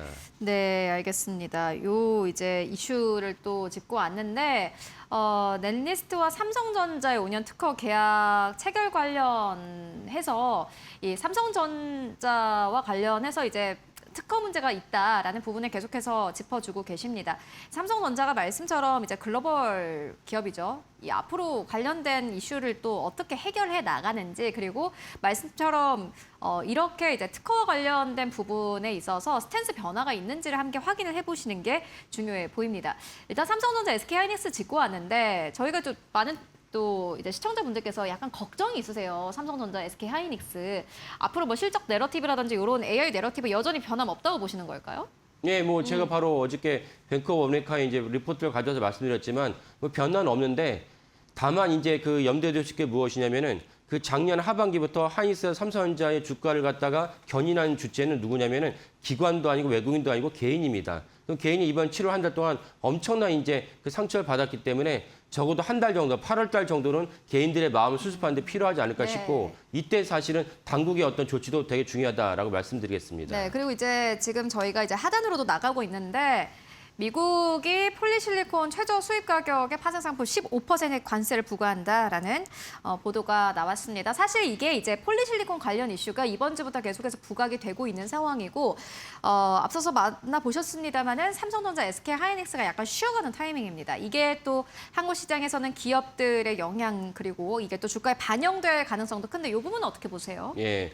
그래서 어제 말씀드린 대로 폴리실리콘 자체에 대해서 중국산 제품을 갖다가 미국에서 제대로 판매하지 못하도록 되거나 뭔가 불편함을 줬을 때 가장 먼저 수혜를 볼 수 있는 종목은 이제 OCI 홀딩스입니다. 왜냐하면 OCI 홀딩스가 바로 폴리실리콘 자체를 갖다가 생산하는 기업인데 같이 미국에서 태양광에 대한 생태계에 얽힌 기업이 이제 하나솔루션입니다. 근데 하나솔루션은 폴리실리콘의 원료를 가져와서 셀을 갖다 태양전지를 만드는 기업이기 때문에 중국에서 가져온 폴리실리콘 자체 가격이 올라가면 하나실리콘 자체에서는 단기적으로는 좋을 게 없습니다. 다만 어제 말씀드린 대로 그렇게 해서 태양광 산업에 미국의 태양광 산업이 중국을 갖다가 퇴출시키는 방법으로 나갔을 때 트럼프 정부가 사실은 태양광 산업 자체에 대한 인센티브를 갖다가 줄 수 있기 때문에 그러면 이제 하나솔루션도 사실 주가나 매출이 올라갈 수 있는 그런 어떤 계기가 마련될 수 있다. 그래서 두 가지 단계에서 이번 조치를 갖다 추후에 확인해 보시면 좋을 것 같습니다. 네, 알겠습니다. 또 저희가 이번 주에 이제 마켓 시그널의 특징주 코너에서 미국에서도 퍼스트 솔라 같은 기업들이 움직이고 있다. 그래서 한국의 태양광주들을 좀 잘 봐야 된다라는 의견을 전해드린 바 있는데 보시다시피 OCI 홀딩스 어제 넥스트레이드에서도 4%대 급등이 나왔고 이번 주에 19만 원대에서 출발했던 주가가 24만 원대까지 올라온 상황입니다. 이게 어느 정도로 이제 장기적인 파급력이 있을지는 모르겠습니다만은 단기적으로 그리고 적어도 오늘 시장에서는 이 주가의 변동성을 함께 확인해 보시는 게 중요해 보입니다. 네, 지금까지 조호진 대표와 함께 이야기 나눠봤습니다. 말씀 고맙습니다. 예, 감사합니다.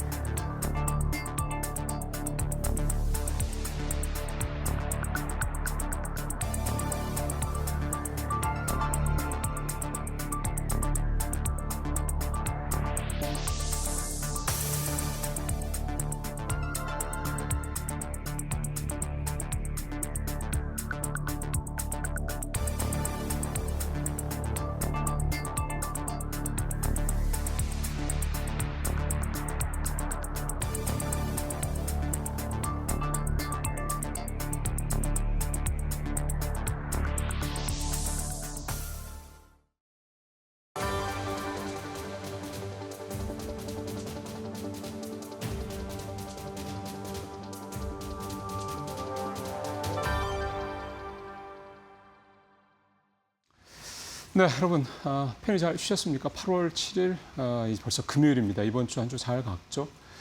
엄청나게 날은 뜨겁고 장은 징검다리로 하루 오르고 하루 내리고 하면서 참 쉽지 않은 요즘 주식시장에서 흔한 말로 난이도가 굉장히 높았던 또 한 주였습니다. 주 초반에 좀 반등을 하면서 이제 좀 지난주 금요일 이후로 이제 조금 이제 시장이 살아나는가 보다라는 기대감을 좀 많이 가졌었는데 주 중반 넘어가면서 다시 시장이 아래쪽으로 약간 방향성을 잡는 게 아닌가라는 그런 우려감이 지금 어제장 특히 더 좀 생기는 상황이 됐습니다. 또 어제 특히 반도체주들이 많이 떨어졌죠. 뭐 여러 가지 이유들이 나오고 있습니다만은 아직도 시장은 반도체주들의 본격적인 반등 이 부분에 그러니까 아무리 펀더멘털이 좋고 뭐 여러 가지 얘기가 나오더라도 작은 노이즈 하나만 나와도 시장이 예민하게 반응하는 거 보면 아직도 시장은 지난 상반기까지 뭐 서너 배 이상 그렇게 급등을 했었던 그런 반도체 주들에 대해서 지금 한 거의 절반 정도 지금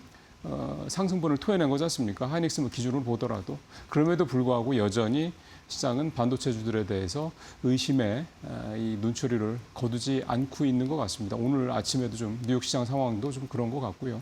다만 샌디스크 같은 경우만 놓고 봤을 때 13, 14% 넘게 급락으로 가다가 절반 정도 수준으로 낙폭을 좀 줄였던 거는 글쎄요. 뭐 이거는 뭔가 좀 저가 매수가 들어왔다는 얘기니까 그렇게까지 또 아예 반도체주에 대해서 시장에서 뭐 투심의 이탈이라든가 이렇게까지 볼 문제는 아니지 않느냐라는 생각도 좀 해보게 됩니다. 왜냐하면 기본적으로 기본 펀더멘털은 다 반도체 관련된 뭐 종목들 워낙 좋기 때문에요.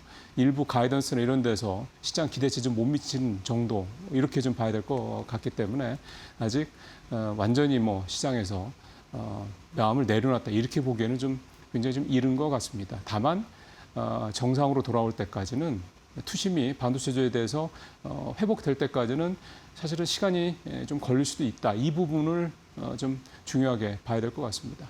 오늘 첫 번째 이슈로 좀 가져온 건 외국인입니다. 사실은 주 중반에까지 외국인이 계속 사더라고요. 그래서 이거를 할까 말까 고민을 하다가 그래도 외국인이 뭐 분명히 지난 5월, 6월과는 좀 수급 상황이 좀 다른 거는 확실하고 그리고 외국인이 좀 돌아올 여지가 뭐 전혀 없는 건 아니기 때문에 오늘 그 얘기를 좀 준비를 해왔고요. 저거는 어제 장중입니다. 어제 제가 마감가로 한 건 아니고 어제 외국인이 저게 이제 잘 보시면 일주일입니다. 그러니까 어제 거가 아닙니다. 어제는 외국인이 3조 2천억 넘게 3조 3천억 가까이 순매도를 했습니다. 그래서 사실 어제 시장을 끌어내렸던 주요 포인트요. 근데 일주일로 보면 외국인이 저렇게 2조 7천억 넘게 사실은 되게 좀 많이 샀었는데요. 어제 확 깎아먹었죠. 좀 저렇게 7조 원 넘게 31일 날 샀던 거 저 영향이 좀 있어서 나쁘지 않았는데 어제 또 3조 가까이 좀 순매도를 하면서 저렇게 좀 전체적으로 주간 단위로 지난 최근 5거래일간의 순매수 규모는 좀 줄긴 했습니다. 그래도 여전히 플러스입니다. 보시는 것처럼 30일 날부터 외국인이 사기 시작했죠. 그래서 31일까지 이틀 동안만 8조 5천억 넘게 사들였고 그 이후에 이제 이번 주 들어서 2번 팔았죠. 그래서 약 3조 원 정도 팔아서 한 5조 한 4, 5천억 정도 있었는데 그러다가 8월 5일 날 그제 이제 또 1조 한 5천억 가까이 샀고 그러다가 이제 그래서 어제 그제 분위기까지만 해도 외국인이 이제 좀 돌아오나 보다라는 기대감을 좀 확 가졌다가 어제 조금 약해지긴 했습니다만 아직도 외국인은 지난 5거래일 동안 기준으로 봤을 때 순매수 그것도 3조 원 가까이 순매수를 하고 있다 이렇게 볼 수가 있겠습니다. 그래서 오늘 상당히 좀 뭔가 좀 중요한 또 하루가 되지 않겠냐 생각이 드는데 월간 단위로를 저는 좀 중요하게 봐야 된다고 생각을 합니다. 5월 달에 외국인이 42조인가 순매도를 했고요. 그다음에 지난 6월 달에는 44조를 순매도를 했습니다. 그랬던 게 이제 7월 달에 그 매도 규모가 9조 8천억 정도, 그러니까 10조 이하로 한 4분의 1 수준으로 좀 떨어졌고요. 그래서 만약에 이제 이번 8월 달에 그게 순매수로 다만 뭐 몇천억이라도 순매수로 돌아선다 그러면 외국인의 이 매매 기조, 이 순매도 기조는 분명히 꺾인 거는 맞다고 볼 수가 있기 때문에 물론 시장을 뭐 압도적으로 매수를 하면서 끌어갈 거라고 기대하기에는 아직은 이르지만 기조의 변화가 있는 건 분명하다. 그 점을 좀 오늘 좀 말씀을 드리고 최근에 10년간 코스피 상승률 대 이제 외국인 순매수 비율 상관계수를 보면 0.7입니다. 이게 기본적으로 1이 기준이니까 1이면 똑같다는 얘기잖아요. 그죠? 오르면 같이 오르고 떨어지면 같이 떨어지고. 근데 0.7이라는 거는 외국인 순매수 비율과 코스피 상승률이 상당히 연관성이 높다 이런 의미를 하는 거고 물론 우리 시장이 대세 상승장일 때 항상 매수 주체는 뭐 개인이었다라는 거. 이거는 뭐 이번 상반기 때도 마찬가지고요. 그거는 뭐 두말할 여지가 없습니다. 그다음에 외국인이 들어오는 것과 관련돼서 이제 필요한 부분들이 이제 이겁니다. TSMC 사례를 이제 신영증권의 얘기를 좀 제가 좀 가져왔는데 TSMC 사례를 좀 들면서 TSMC가 그러니까 지난 뭐 가장 최근 2021년, 22년 이제 반도체 이제 불황기 때니까 그때 그런 업황이 굉장히 다운 사이클일 때도 이익률이 40%, OP 마진이 40%를 유지를 했다라는 거를 이제 얘기를 좀 하고 있습니다. 근데 이 얘기를 뭐 신영증권만 하는 건 아니고 이렇게 시장이 소위 말하는 불황일 때도 일정 수준 이상의 그것도 꽤 높은 수준의 영업이익률을 유지하는 거는 그 수요가 그 회사가 만드는 제품의 수요가 시장에서 항상 꾸준하다라는 얘기가 되는 거고 또 수요도 꾸준하지만 이익도 그러니까 가격 경쟁력, 가격도 전가력이 있다 이런 얘기가 좀 되는 거죠. 그러니까 한마디로 시장을 이렇게 장악하는 힘이 있다 이제 이렇게 해석을 할 수가 있는 겁니다. 그래서 이런 부분들, 그러니까 꼭 40%라는 게 중요한 게 아니라 이게 20%든 30%든 또는 50%는 이거를 꾸준히 호황이나 불황이나 관계없이 꾸준히 유지할 수 있다는 거. 이게 이제 외국인들이 한국 증시 또는 반도체 쪽에 이제 안정적으로 들을 수 있어야 되는 기본 어떤 근거다, 준거다, 기준이다 이렇게 볼 수가 있다는 거고요. 그래서 이제 우리나라 반도체가 그런 이익 방어력을 확보를 해야 된다라는 얘기를 좀 하고 있고, 그 다음에 이제 이거 뭐 주주하는 밸류업 정책 뭐 이런 거는 동반적으로 이거는 뭐 좀 정부 차원에서도 하고 있고 기업 차원에서도 하고 있고, 또 정부가 상법 개정안이라든가 각종 정책을 통해서 자본시장 관련된 정책을 통해서 좀 이거를 계속해서 지금 이끌어 나가고 있죠. 일본은 이 작업을 2013년도 아베 정부 2기 때부터 시작을 했습니다. 그게 한 10년 이상 지나서 2022년, 3년, 4년 뭐 이렇게부터 이제 일본 증시가 분위기가 좀 바뀌기 시작했죠. 한 10년 걸린 작업입니다. 그러니까 우리는 사실 작년부터 시작했다고 봐야 되는 거니까 그것도 사실 일본 시장, 일본 거래소가 도쿄 거래소가 하는 거를 많이 카피를 했고요. 그래서 이것 우리도 이제 시작이기 때문에 우리도 이제 우리만의 독자적인 소위 말하는 한국형 이런 주주하는 정책 또는 밸류업 정책 모델을 만들어야 될 겁니다. 이제 그 시작이라고 봐야 되는 거고. 그러니까 좀 시간이 걸릴 수 있다라는 거죠. 당장 되는 게 아니라. 그러니까 그렇게 좀 봐셔야 되는 거고. 이거는 이제 외국인 비중이고요. 이 노란색은 코스피. 그래서 여기 40%대 좀 넘었다가 좀 내려왔죠. 그다음에 이 파랑 색깔은 코스닥인데 12.5%까지 갔다가 다시 12%로 좀 내려왔다라는 거. 이제 그만큼 외국인이 최근에 또 다시 좀 비중이 줄고 있다. 그런 얘기가 좀 되는 거고요. 근데 이게 다시 이제 올라가느냐 마느냐 여부는 이런 것들이 이제 필요하다. 이렇게 좀 말씀을 좀 드릴 수가 있겠습니다. 뭐 어제 외국인이 좀 최근에 외국인의 움직임이 조금 변화가 있는 것 같아서 일단 오늘 이렇게 한번 중간 점검처럼 외국인 상황을 좀 준비를 해봤고요. 그다음에 오늘 또 이제 말씀드릴 두 번째 이슈는 요즘 제가 꾸준히 말씀을 드리고 있는 반도체가 좀 주춤할 때 넥스트 주도 섹터가 뭐가 될 것이냐 이 얘기를 좀 계속 하고 있습니다. 오늘은 백화점 얘기를 좀 준비를 했습니다.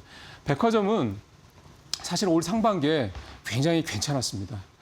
반도체가 뭐 워낙 쏠렸기 때문에 다른 섹터들이 이렇게 움츠러들고 있을 때 이 백화점주들은 굉장히 꽤 많이 올랐습니다. 특히 이제 대장주인 신세계 같은 경우는 70만 원대까지 올라갔다가 20만 원대에서 한 3배 이상 올랐죠. 그러다가 물론 최근에 좀 주춤하긴 합니다만 굉장히 좀 백화점이 좋아졌습니다. 이 백화점 관련돼서 그동안 계속 나왔던 얘기는 일단 기본적으로 부의 효과, 주시장도 좋고 집값도 오르고 그다음에 뭐 배당도 늘어나고 뭐 그다음에 연봉도 올라가고 그다음에 심지어 이제 그 반도체 회사들 성과금 뭐 억 단위로 얘기가 나오고 뭐 이런 것들이 좀 총체적으로 이렇게 좀 다 이렇게 합쳐지면서 올 상반기에 굉장히 좋은 모습을 좀 보였고요. 실제 실적도 굉장히 좀 좋게 나왔습니다. 특히 엊그제 이제 현대백화점 실적이 나왔는데 현대백화점 실적도 물론 지누스라고 하는 자회사, 그 침대 매트리스 만드는 회사 실적 때문에 좀 수치상으로는 깎이긴 했지만 그것만 놓고 보면 백화점 실적은 상당히 좋은 걸로 나오기도 했고요. 뭐 그런 부분들이 있었는데요. 오늘 제가 이제 이 얘기를 좀 가져온 이유는 요즘에 백화점이라든가 뭐 이런 대형 몰 있죠. 예를 들어 뭐 스타필드 같은 이런 대형 몰에 가면 인산인해라고 합니다. 날이 더우니까 피서를 이런 대형 어떤 마트나 몰이나 백화점으로 가는 분들이 이렇게 많이 늘고 있다라는 거죠. 근데 사람이 견물생심이지 않습니까? 가면 또 눈에 보이면 또 좀 사게 되죠. 예? 뭐 그런 부분들이 뭐 그게 어떤 매출의 주체가 될 수는 없겠습니다만 그런 부분의 매출도 무심할 수 없다. 이제 이 부분을 말씀드리려고 그런 거고요. 재밌는 그 자료가 하나증권에서 나와서 좀 말씀드리는 건데 최고 기온이 33도 이상 올라가면 고객들이 이렇게 15% 가까이 는다고 합니다. 평소 대비 3배 이상 는다는 얘기고.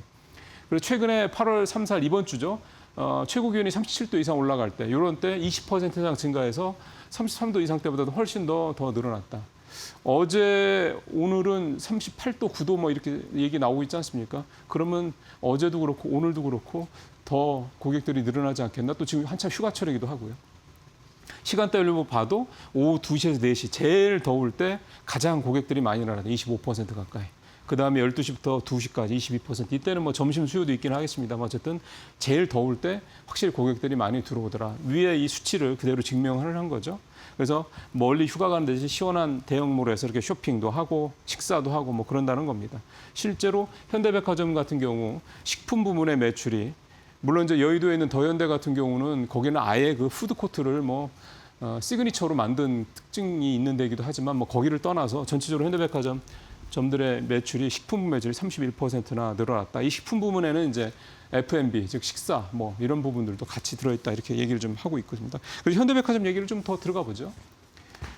현대백화점 매출인데요. 매출이 1조를 넘었고 2분기에 영업이익 뭐 이렇게 쭉 나오는데 이 수치는 마이너스가 많습니다. 그 앞서 말씀드린 그 자회사 부진이 이제 들어가 있기 때문에 그런 거고 이것 때문에 현대백화점이 주가도 두 자릿수 떨어지기도 했었고요.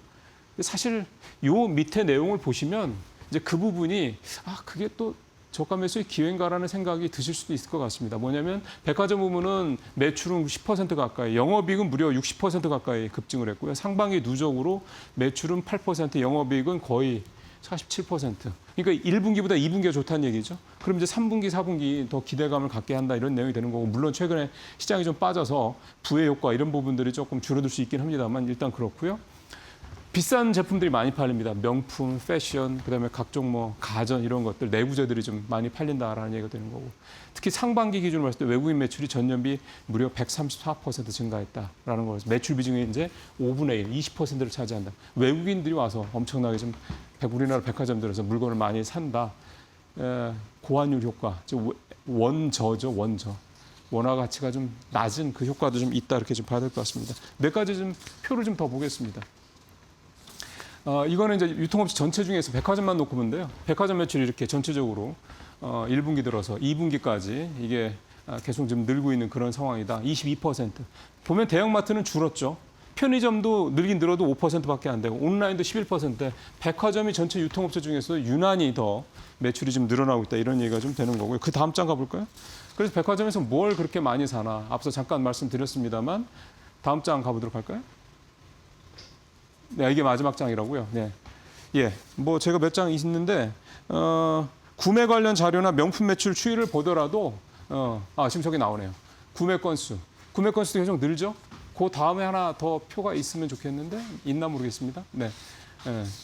명품 매출, 저건 신세계하고 이제 종목들 얘기고, 명품 매출 추이를 보더라도 백화점의 명품이 아주 눈에 띄게 늘어나는 모습들이 좀 나타나고 있습니다. 요거 이제 마지막으로 해외 명품 저렇게 늘어나고 있죠. 자, 마지막에 아까 좀 전에 보셨던 이제 그 주가 차트 보시면서 오늘 마무리를 하겠는데, 주가 차트가 좀 있습니다. 네, 요겁니다. 제일 위에 있는 건 뭐 당연히 신세계고, 그다음에 노란 게 현대백화점, 밑에 하늘색이 롯데쇼핑입니다. 주가가 저렇게 6월까지 한참 장이 고점일 때 저렇게 급등을 했다가 쌍봉 만들고 좀 떨어진 게 나타나죠.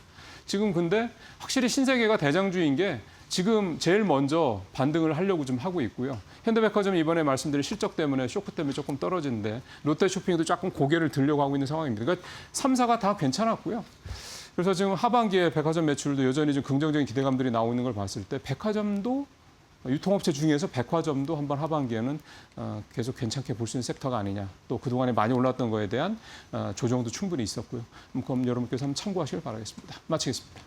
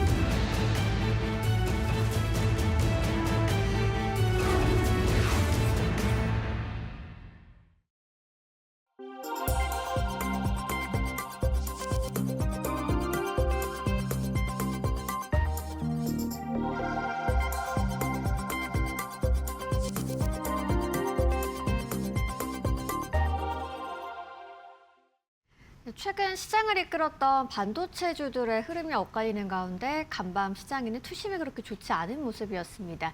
한편 오늘 밤에 미국 7월 고용 보고서라는 큰 변수도 기다리고 있는데요. 고용과 반도체 조정 그리고 달라진 자금 흐름 속에서 변동성 장세의 돌파구는 어디에 있을지 오늘 나현진 보넥스트 투자자문 대표님과 함께 짚어보도록 하겠습니다. 어서 오세요. 네, 안녕하십니까?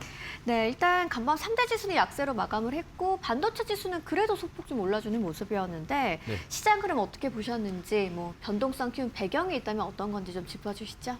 네, 아무래도 미국 증시도 약한 모습을 보였습니다. 네. 소폭이지만요. 그렇지만 이제 거기서 가장 중요하게 역할을 했던 부분은 아무래도 미국과 이란의 다시 한번 분쟁 상황이 조금 더 커질 수 있다는 네. 우려감이 가장 중요하게 역할을 했던 것 같고요. 그에 비해서 이제 스페이스X가 보유 수가 풀렸음에도 불구하고 이제 상승 반등을 했다는 점이 좀 고무적인 기록이었던 것 같습니다. 그리고 그러니까 마이크로소프트 같은 경우도 좀 강세를 나타내면서 시장의 우려와 그리고 그동안 이제 하이퍼스케일러의 이제 투자에 대한 우려가 조금은 해소되고 있는 국면에 접어든 것으로 보고 있습니다.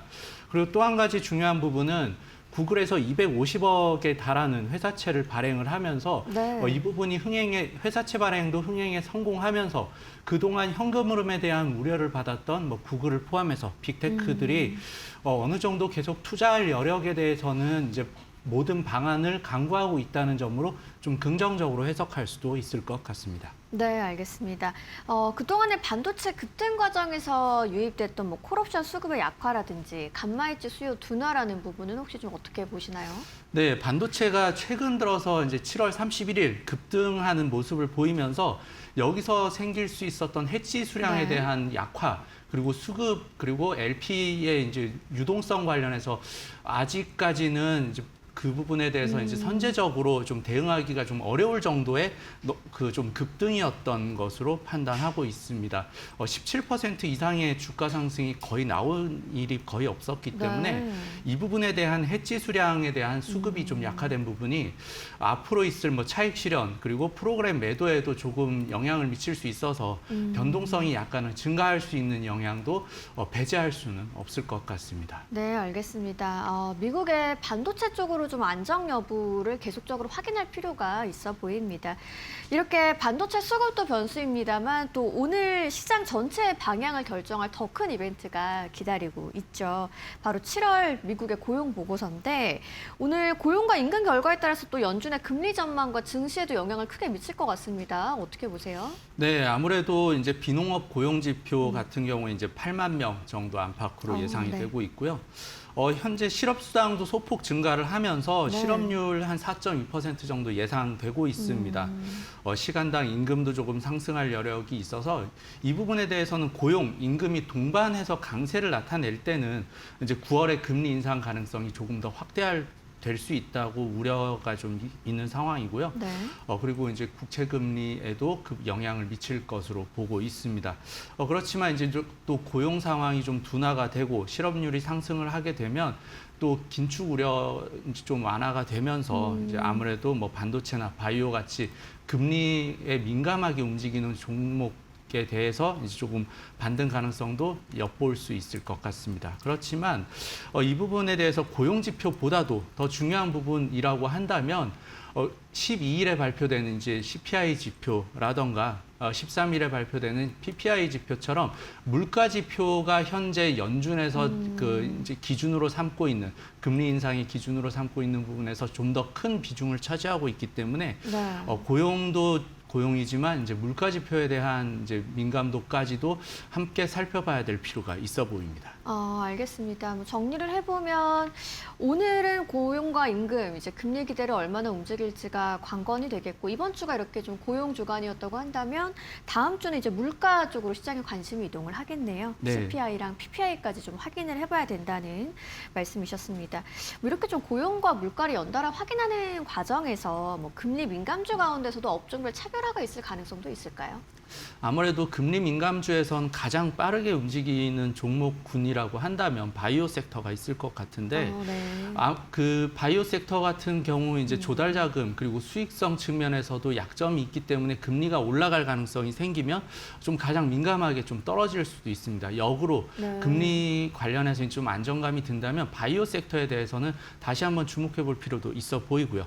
그 외에 이제 반도체주도 어느 정도 이제 민감하게 금리에 그 영향을 받고 있지만 이 부분은 AI 투자에 대한 부분까지 같이 묶어서 봤어야 되는 부분이라서 네. 여기에서 생길 수 있는 이제 금리 민감도보다 이제 회사채 조달을 포함해서 자본 조달에 대한 방법을 다양화할 놓고 있기 때문에 오히려 반도체주가 금리에는 좀 더 둔감하게 움직일 가능성이 엿보이고 있습니다. 네, 알겠습니다. 이런 금리 변수와 함께 이제 또 하나의 축인 반도체 이야기 더 집중적으로 나눠보도록 하겠습니다. 특히나 좀 샌디스크 실적 이후에 메모리 업황에 대한 눈높이에 대한 이야기도 많이 나오고 있는데 호실적을 냈지만 이 가이던스가 기대에 미치지 못한다는 점이 좀 중요했던 것 같습니다. 네. 후폭풍이 좀 큰 상황이고요. 상승 추세가 꺾인 것 아니냐라는 우려까지 나오고 있는데 이번 조정은 좀 어떻게 보고 계세요? 이게 샌디스크나 뭐 키옥시아처럼 네. 이제 낸드 중심 기업으로서는 이제 아무래도 HBM이나 D램보다 이제 수익성 그리고 마진폭에 대한 기대치가 좀 더 낮았기 때문에 네. 호실적에도 불구하고 시장 기대에 좀 못 미치는 가이던스로 인해서 좀 하락을 하는 모습을 보이고 있습니다. 이 부분에 대해서는 가장 중요하게 여기고 있는 부분은 그 출하량에 대해서 의미를 좀 더 둬야 될 것으로 보이고 있습니다. 네. 현재 실적이 잘 나오고 매출이 높게 나왔던 부분은 이제 가격이 상승했기 때문에 그 영향을 받아서 이제 매출 증가로 이어졌던 부분인데 현재 샌디스크도 출하량에 대해서 의미 있는 이제 증가폭이 나오고 있지는 않습니다. 그렇게 됐을 경우에 가격이 계속 상승한다면 또다시 낸드 쪽에서는 경쟁자가 빠르게 진입할 수 있는 여건이 돼서 샌디스크의 전망치 가이던스를 좀 더 약화시키는 요인으로 작용했다고 보입니다. 그래서 샌디스크하고 이제 우리나라 이제 뭐 대표 기업으로 이제 뭐 삼성전자나 하이닉스 같은 경우는 낸드 쪽의 민감도가 그렇게 크지는 않기 때문에 직접적인 영향은 없음에도 불구하고 전일 뭐 외국인 수급을 포함해서 이제 약한 모습을 보였던 이유가 아무래도 이제 샌디스크에서 비롯된 반도체주에 대한 다시 한 번의 우려, 네. 그 부분이 이제 시장에도 좀 영향을 미쳤다고 볼 수 있겠습니다. 알겠습니다. 그렇다면 뭐 샌디스크의 가이던스가 후퇴한 부분이 HBM 전체 수요 둔화로 직결된다고 보기는 좀 어렵겠네요. 네, 아무래도 이제 수요 둔화보다는 네. 이제 출하량에 대해서 의미 있는 이제 증가폭이 나오지 않았다는 점, 이 부분이 샌디스크를 포함해서 이제 낸드 업체에는 좀 한정적으로 영향을 미쳤다고 보고요. 그 외에 뭐 HBM 관련한 부분이라던가 D램은 아직까지 증설을 제대로 못해서 그러니까 공급을 따라가지 못하고 있는, 수요를 따라가지 못하고 있는 상황이기 때문에 이 부분에 대한 영향은 제한적일 것으로 보고 있습니다. 알겠습니다. 그렇다면 이제 앞으로 대응 전략을 어떻게 가져가야 될지도 이제 관전 포인트가 될 텐데, 뭐 D램 가격 변동이라든지 HBM4 흐름 쪽으로 조금 더 체크를 해봐야 될까요? 현재 HBM에 대한 사용도 그리고 이제 엔비디아에서 출하되는 제품에 대한 이제 그 집적도가 좀 더 높아지다 보니까 네. HBM4에 대한 수요가 계속해서 증가하고 있습니다. 우리나라 이제 삼성전자와 하이닉스의 비중이 점점 높아지다 보니까 HBM에 대한 수요는 견조하게 유지될 수 있을 것으로 보고요. 네. 그로 인해서 생기는 D램의 수급 공백에 대해서도 가격 상승이 3분기에도 18% 정도 이제 예상이 되고 있어서 가격도 상승하고 현재 매출도 계속 꾸준히 증가하고 있다는 부분은 이제 D램과 HBM에 대한 우려까지 이제 낸드 관련한 부분에서 이제 이어지기는 조금 어렵다고 볼 수 있어서 이 부분에 대해서는 뭐 곧 나올 이제 뭐 8월 이제 수출 동향이라던가 이 부분을 계속해서 주간 동향을 체크해봐야 될 것 같은데 여기에서의 영향력은 그렇게 크진 않을 것으로 예상해 보겠습니다. 네, 알겠습니다. 그렇다면 뭐 샌디스크발 조정은 뭐 높아진 반도체 기대치를 조정하는 과정인지 확인할 필요가 있다라고도 볼 수 있겠네요. 네, 그렇게 볼 수 있을 것 같습니다. 알겠습니다. 이렇게 이제 좀 반도체 자체의 눈높이도 조정이 되고 있지만 국내에서는 이제 수급 구조에도 좀 커다란 변화가 생겼습니다. 단일 종목 레버리지 규제 이후에 이제 일부 자금이 뭐 지수형 ETF라든지 코스닥 쪽으로 좀 이동을 하고 있는 모습인데 투자처 재배치와 수급 정상화 과정으로 보면 괜찮을까요?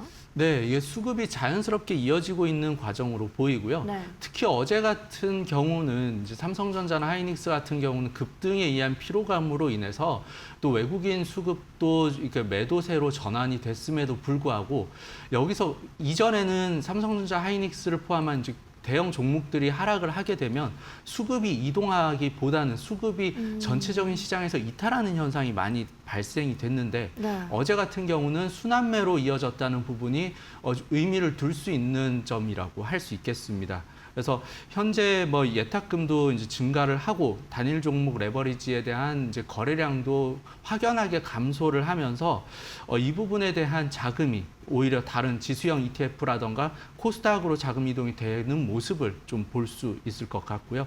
그리고 반도체 종목에 좀 집중됐던 부분이 이제 수급 완화 다른 섹터로 좀 더 순환매로 이어지고 있는 모습이 보이고 있어서 자연스러운 시장의 조정 현상을 이제 거치고 있다. 이제 그렇게 볼 수 있겠습니다. 알겠습니다. 뭐 앞으로 좀 증시에서 체크해 볼 부분이 있을지, 투자 전략 어떻게 세워야 될지 좀 궁금해지는데, 뭐 리스크도 있을 것 같고요. 네, 아무래도 이제 뭐 레버리지 축소는 되고 있는데 네. 그에 반해서 이제 뭐 변동성은 계속해서 또 다른 섹터로 좀 넘어가기는 하지만 변동성의 증가도 최근 들어서 되고 있는 상황입니다. 네. 그리고 또 한 가지가 뭐 미국발 이슈가 있기는 했지만 로봇 이슈라던가 이제 뭐 여러 종목들 그리고 특히 뭐 광통신 관련한 종목들처럼 이제 테마성 종목들에 대한 수급이 조금 과열 국면으로 들어서고 있어서 이 부분에 대해서도 좀 주의가 필요할 것 같습니다. 아무래도 코스피의 이제 대장주격인 종목들이 가격 안정세를 좀 찾아봐야 되는 것이 이제 첫 번째 관건이 될 것 같고요. 그리고 그 다음으로는 코스닥 순환매가 이어지면서 여기에서 섹터를 조금 더 선별하는 것이 좀 중요해지는 시기가 될 것 같습니다.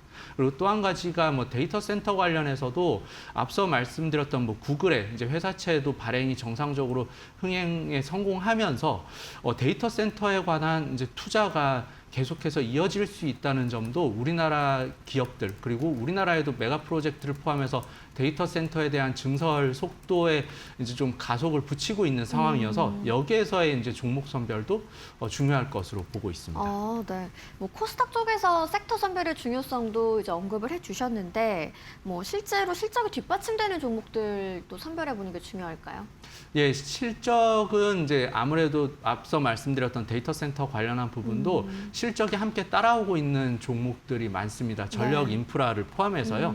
그래서 이런 쪽으로 조금 변동성도 줄이면서 이제 안전하게 이제 투자해가는 방향으로 조금 투자 선별을 해나가시면 좋을 것 같습니다. 알겠습니다. 또 그리고 이제 결국은 반도체에 집중됐던 시장의 시선이 다른 업종으로 이동할 수 있느냐가 좀 중요한 국면인 것 같은데, 마침 이제 네이버 2분기 실적 발표가 예정이 돼 있습니다. 이번 실적에서 좀 어떤 부분을 가장 중요하게 보면 좋을까요? 예, 네이버 같은 경우 이제 최근 들어서 좀 더 주가가 상승하는 모습을 보이고 있습니다. 이제 검색 광고나 커머스 광고에 대한 이제 매출 성장은 여전히 이제 유지가 되고 있고 네. 한 5,600억대의 영업이익이 예상되고 있는데 이 달성 여부를 좀 체크해봐야 될 필요가 있습니다. 그리고 영업이익률 방어는 계속해서 해나가고 있지만 최근 투자가 늘어나고 있는 부분이 있습니다. AI 인프라에 대한 네. 투자를 네이버에서도 엔비디아가 이제 3대 주주로 들어서면서 계속해서 확대를 해나가고 있다는 방향도 이제 수익성, 데이터 센터의 수익성은 어느 정도 글로벌 빅테크를 통해서 확인이 되고 있기 때문에 국내에서의 데이터 센터 수요 증가 그리고 건설 증가 폭도 체크해봐야 될 포인트로 보고 있습니다. 그렇다면 뭐 지금같이 반도체 쪽으로 변동성이 큰 상황에서 수급이 이동하는 대안이 될 수도 있다고 좀 봐도 될까요? 네, 네이버를 포함해서 뭐 SK텔레콤이라던가 네.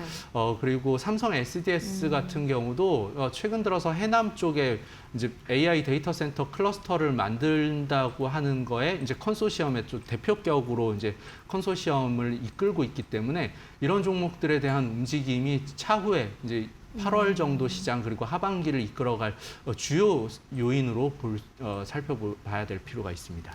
알겠습니다. 그리고 이제 또 아까 실적에서 AI 투자비 관련해서 말씀을 해주셨는데, 뭐 투자비가 늘어난다고 하더라도 뭐 광고나 커머스 쪽에서 수익과 성과를 확인한다면 시장의 평가도 좀 좋게 될 것 같네요.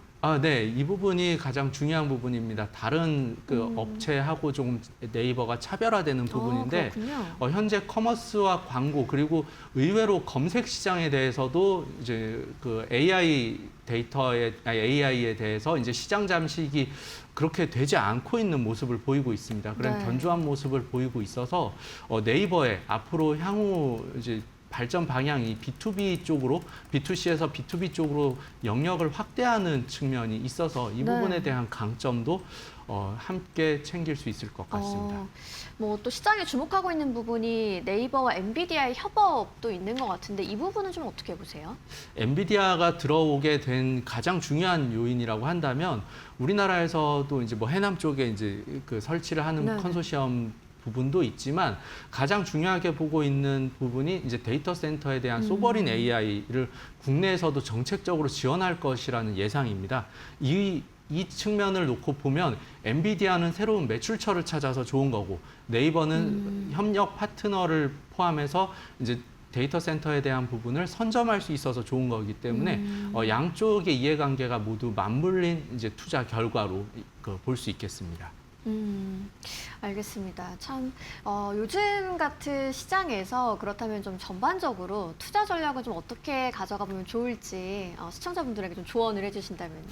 예, 최근 들어서 이제 뭐 7월 말까지 이제 시장 상황이 굉장히 안 좋았었던 측면이 있었는데 네. 그 부분 이후에 다시 한번 이제 상승을 한 모습이 보였습니다. 이 부분은 추세적으로 상승 방향을 잡았다기보다는 어느 정도 바닥을 확인했다는 식으로 볼 수 있어서 여기에서 이제 무리한 이제 레버리지를 통한 뭐 무리한 투자보다는 좀 기간 조정을 두고 그리고 하반기 관련해서의 이제 섹터 상황을 계속해서 체크해 볼 필요가 있어서 그 부분에 대해서 이제 좀 무리한 투자는 좀 지양하시는 걸 좀 말씀드리고 싶습니다. 알겠습니다.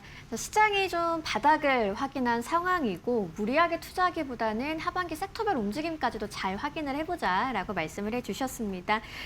변동성이 큰 장세지만 뭐 실적이 뒷받침되는지도 계속적으로 지켜볼 필요가 있겠네요. 지금까지 나현진 보넥스트 투자자문 대표님과 이야기 나눠봤습니다. 오늘 좋은 말씀 고맙습니다. 네, 감사합니다. 우리 시장 금요일 개장을 앞두고 있는데요. 그 전에 반드시 체크해 보실 애프터마켓의 시그널 현아연 캐스터가 준비했습니다. 네, 애프터마켓 시그널 저와 함께 살펴보시죠. 간밤 미증시 3대 지수는 하락 마감했습니다. 다시 지정학적인 리스크가 부각이 되면서 시장은 하방 압력을 받았는데요. 애프터마켓에서는 8개 기술주 어떻게 움직이고 있는지 저와 함께 살펴보시죠. 현재 애프터마켓에서는 마이크로소프트, 애플, 메타 제외하고는 상승하는 흐름 보여주고 있는데요. 알파벳이 250억 달러 규모의 회사채 발행을 한다는 소식을 전했습니다. 정규장에선 하락했지만 현재 애프터마켓에선 0.23% 상승하면서 358달러 선에 거래가 되고 있고요. 이 소식이 마이크론에게는 호재로 다가왔습니다. 하이퍼스케일러 회사들이 회사채를 발행해서라도 이렇게 AI 인프라에 투자를 지속할 것이라는 기대감이 있었기 때문인데요. 현재 애프터마켓에서 1% 가까운 상승을 켜내면서 889달러 선에 거래가 되고 있습니다. 또 마이크로소프트도 함께 살펴보시죠. 마이크로소프트가 인도에 205억 달러 규모를 투자를 해서 데이터 센터를 확장할 것이라고 이야기를 했습니다. 데이터 센터 건설 소식을 전하면서 정규장에서 상승하면서 마감했는데요. 현재는 소폭 하락하면서 약보합권 지나갑니다. 499달러 선에 거래가 되고 있고요. 테슬라도 함께 살펴보도록 하겠습니다. 테슬라는 현재 유럽 전역에서 FSD, 이 자율주행 시스템을 확대할 것이라고 했는데 이 계획에 차질이 생길 것이라는 우려가 커지고 있습니다. 네덜란드 당국이 FSD 관련 내용을 비공개하고 있기 때문인데요. 그래도 긍정적인 소식도 있었습니다. 스페이스 X와 함께 테라펩 AI 단지에 168억 달러를 공동 투자한다는 소식도 함께 전했습니다. 정규장에선 하락했지만 현재 애프터마켓에서는 강보합권 지나가면서 319달러 선 지나가고 있고요. 엔비디아도 함께 살펴보도록 하겠습니다. 엔비디아가 현재 메모리 공급 부족 현상에 조금 시달리고 있는 상황이죠. 이러한 병목 현상에 대비를 해서 기존에 활용하기로 했던 HBM4E 최신 모델에서 HBM4 모델을 현재 테스트하고 있다라고 이야기를 전했습니다. 그리고 기존에 탑재하기로 했던 1TB 규모의 메모리에서 256GB의 메모리로 조금 줄인 걸로 테스트를 진행하고 있다고 전했습니다. 현재 애프터마켓에서 0.21% 상승하면서 219달러 선에 지나가고 있습니다. 이어서 다음 종목들도 함께 살펴보도록 하겠습니다. 네, 한국 ADR 종목들 함께 살펴보도록 하겠습니다. 종가 기준으로 확인해 보실 텐데요. SK 하이닉스를 제외하고는 나머지 종목은 모두 상승해내는 움직임 보였습니다. SK 하이닉스는 5%에 가까운 하락의 움직임을 보였는데요. 샌디스크와 웨스턴 디지털이 실적 발표 후에 연일 급락하는 움직임을 보였습니다. 이에 영향을 받아간 걸로도 풀이가 되고 있고요. 엔비디아가 기존의 최신 모델을 활용하고 조금 더 큰 메모리를 탑재하기로 했었는데 이걸 줄이기로 하면서 이 영향을 함께 받아간 걸로도 풀이할 수가 있겠습니다. 143달러 선에 거래 마무리했습니다. 포스코홀딩스는 2%대 상승하면서 56달러 선에 거래가 됐고요. 신한금융지주도 2%대 상승, SK텔레콤까지 2%대 상승하면서 35달러 선에 거래가 됐습니다. KT도 2%에 가까운 상승을 펴냈다는 점 확인해 보시죠. 이어서 국내 주요 지표들도 살펴보도록 하겠습니다. 네, 국내 주요 지표들 살펴보시면요. 코스피 200 야간 선물 시장은 1%대 상승하면서 995포인트 선에 거래가 됐고 EWR 한국 ETF는 정규장에서는 하락했지만 애프터 마켓에서 0.7%대 상승으로 돌아섰습니다. 165달러 선에 현재 거래가 되고 있고요. 필라델피아 반도체 지수는 0.3%대 상승했습니다. 12,000포인트 선에 거래가 됐고 WTI 유가 흐름은 간밤에 4%대까지 급등하는 움직임 보였습니다. 미국과 이란의 지정학적인 이슈 끝날 듯하지만 결코 끝나지가 않습니다. 이란과 오만이 현재 호르무즈 해협 관련 협의를 진행하고 있는데요. 여기에 통행료를 징수할 것이란 이야기가 함께 전해졌고요. 또 미국의 통행을 제한할 것이라는 이야기까지 전해지면서 유가가 간밤에 급등한 겁니다. 하지만 현재 애프터 마켓에서는 0.18% 소폭 하락하면서 78달러 선에 거래가 되고 있습니다. 지금까지 국내 주요 지표들 살펴봤습니다. 네, 오늘이 절기상 입추인데 가을의 시작이란 말이 무색할 만큼 날씨가 정말 덥습니다. 폭염경보와 열대야 한동안 이어진다고 하니까요. 주말 건강관리 유의하시면서 시원하게 보내시길 바라겠습니다. 저희는 다음 주 이 시간 더 알찬 이야기로 찾아오겠습니다. 시청해주신 여러분 고맙습니다.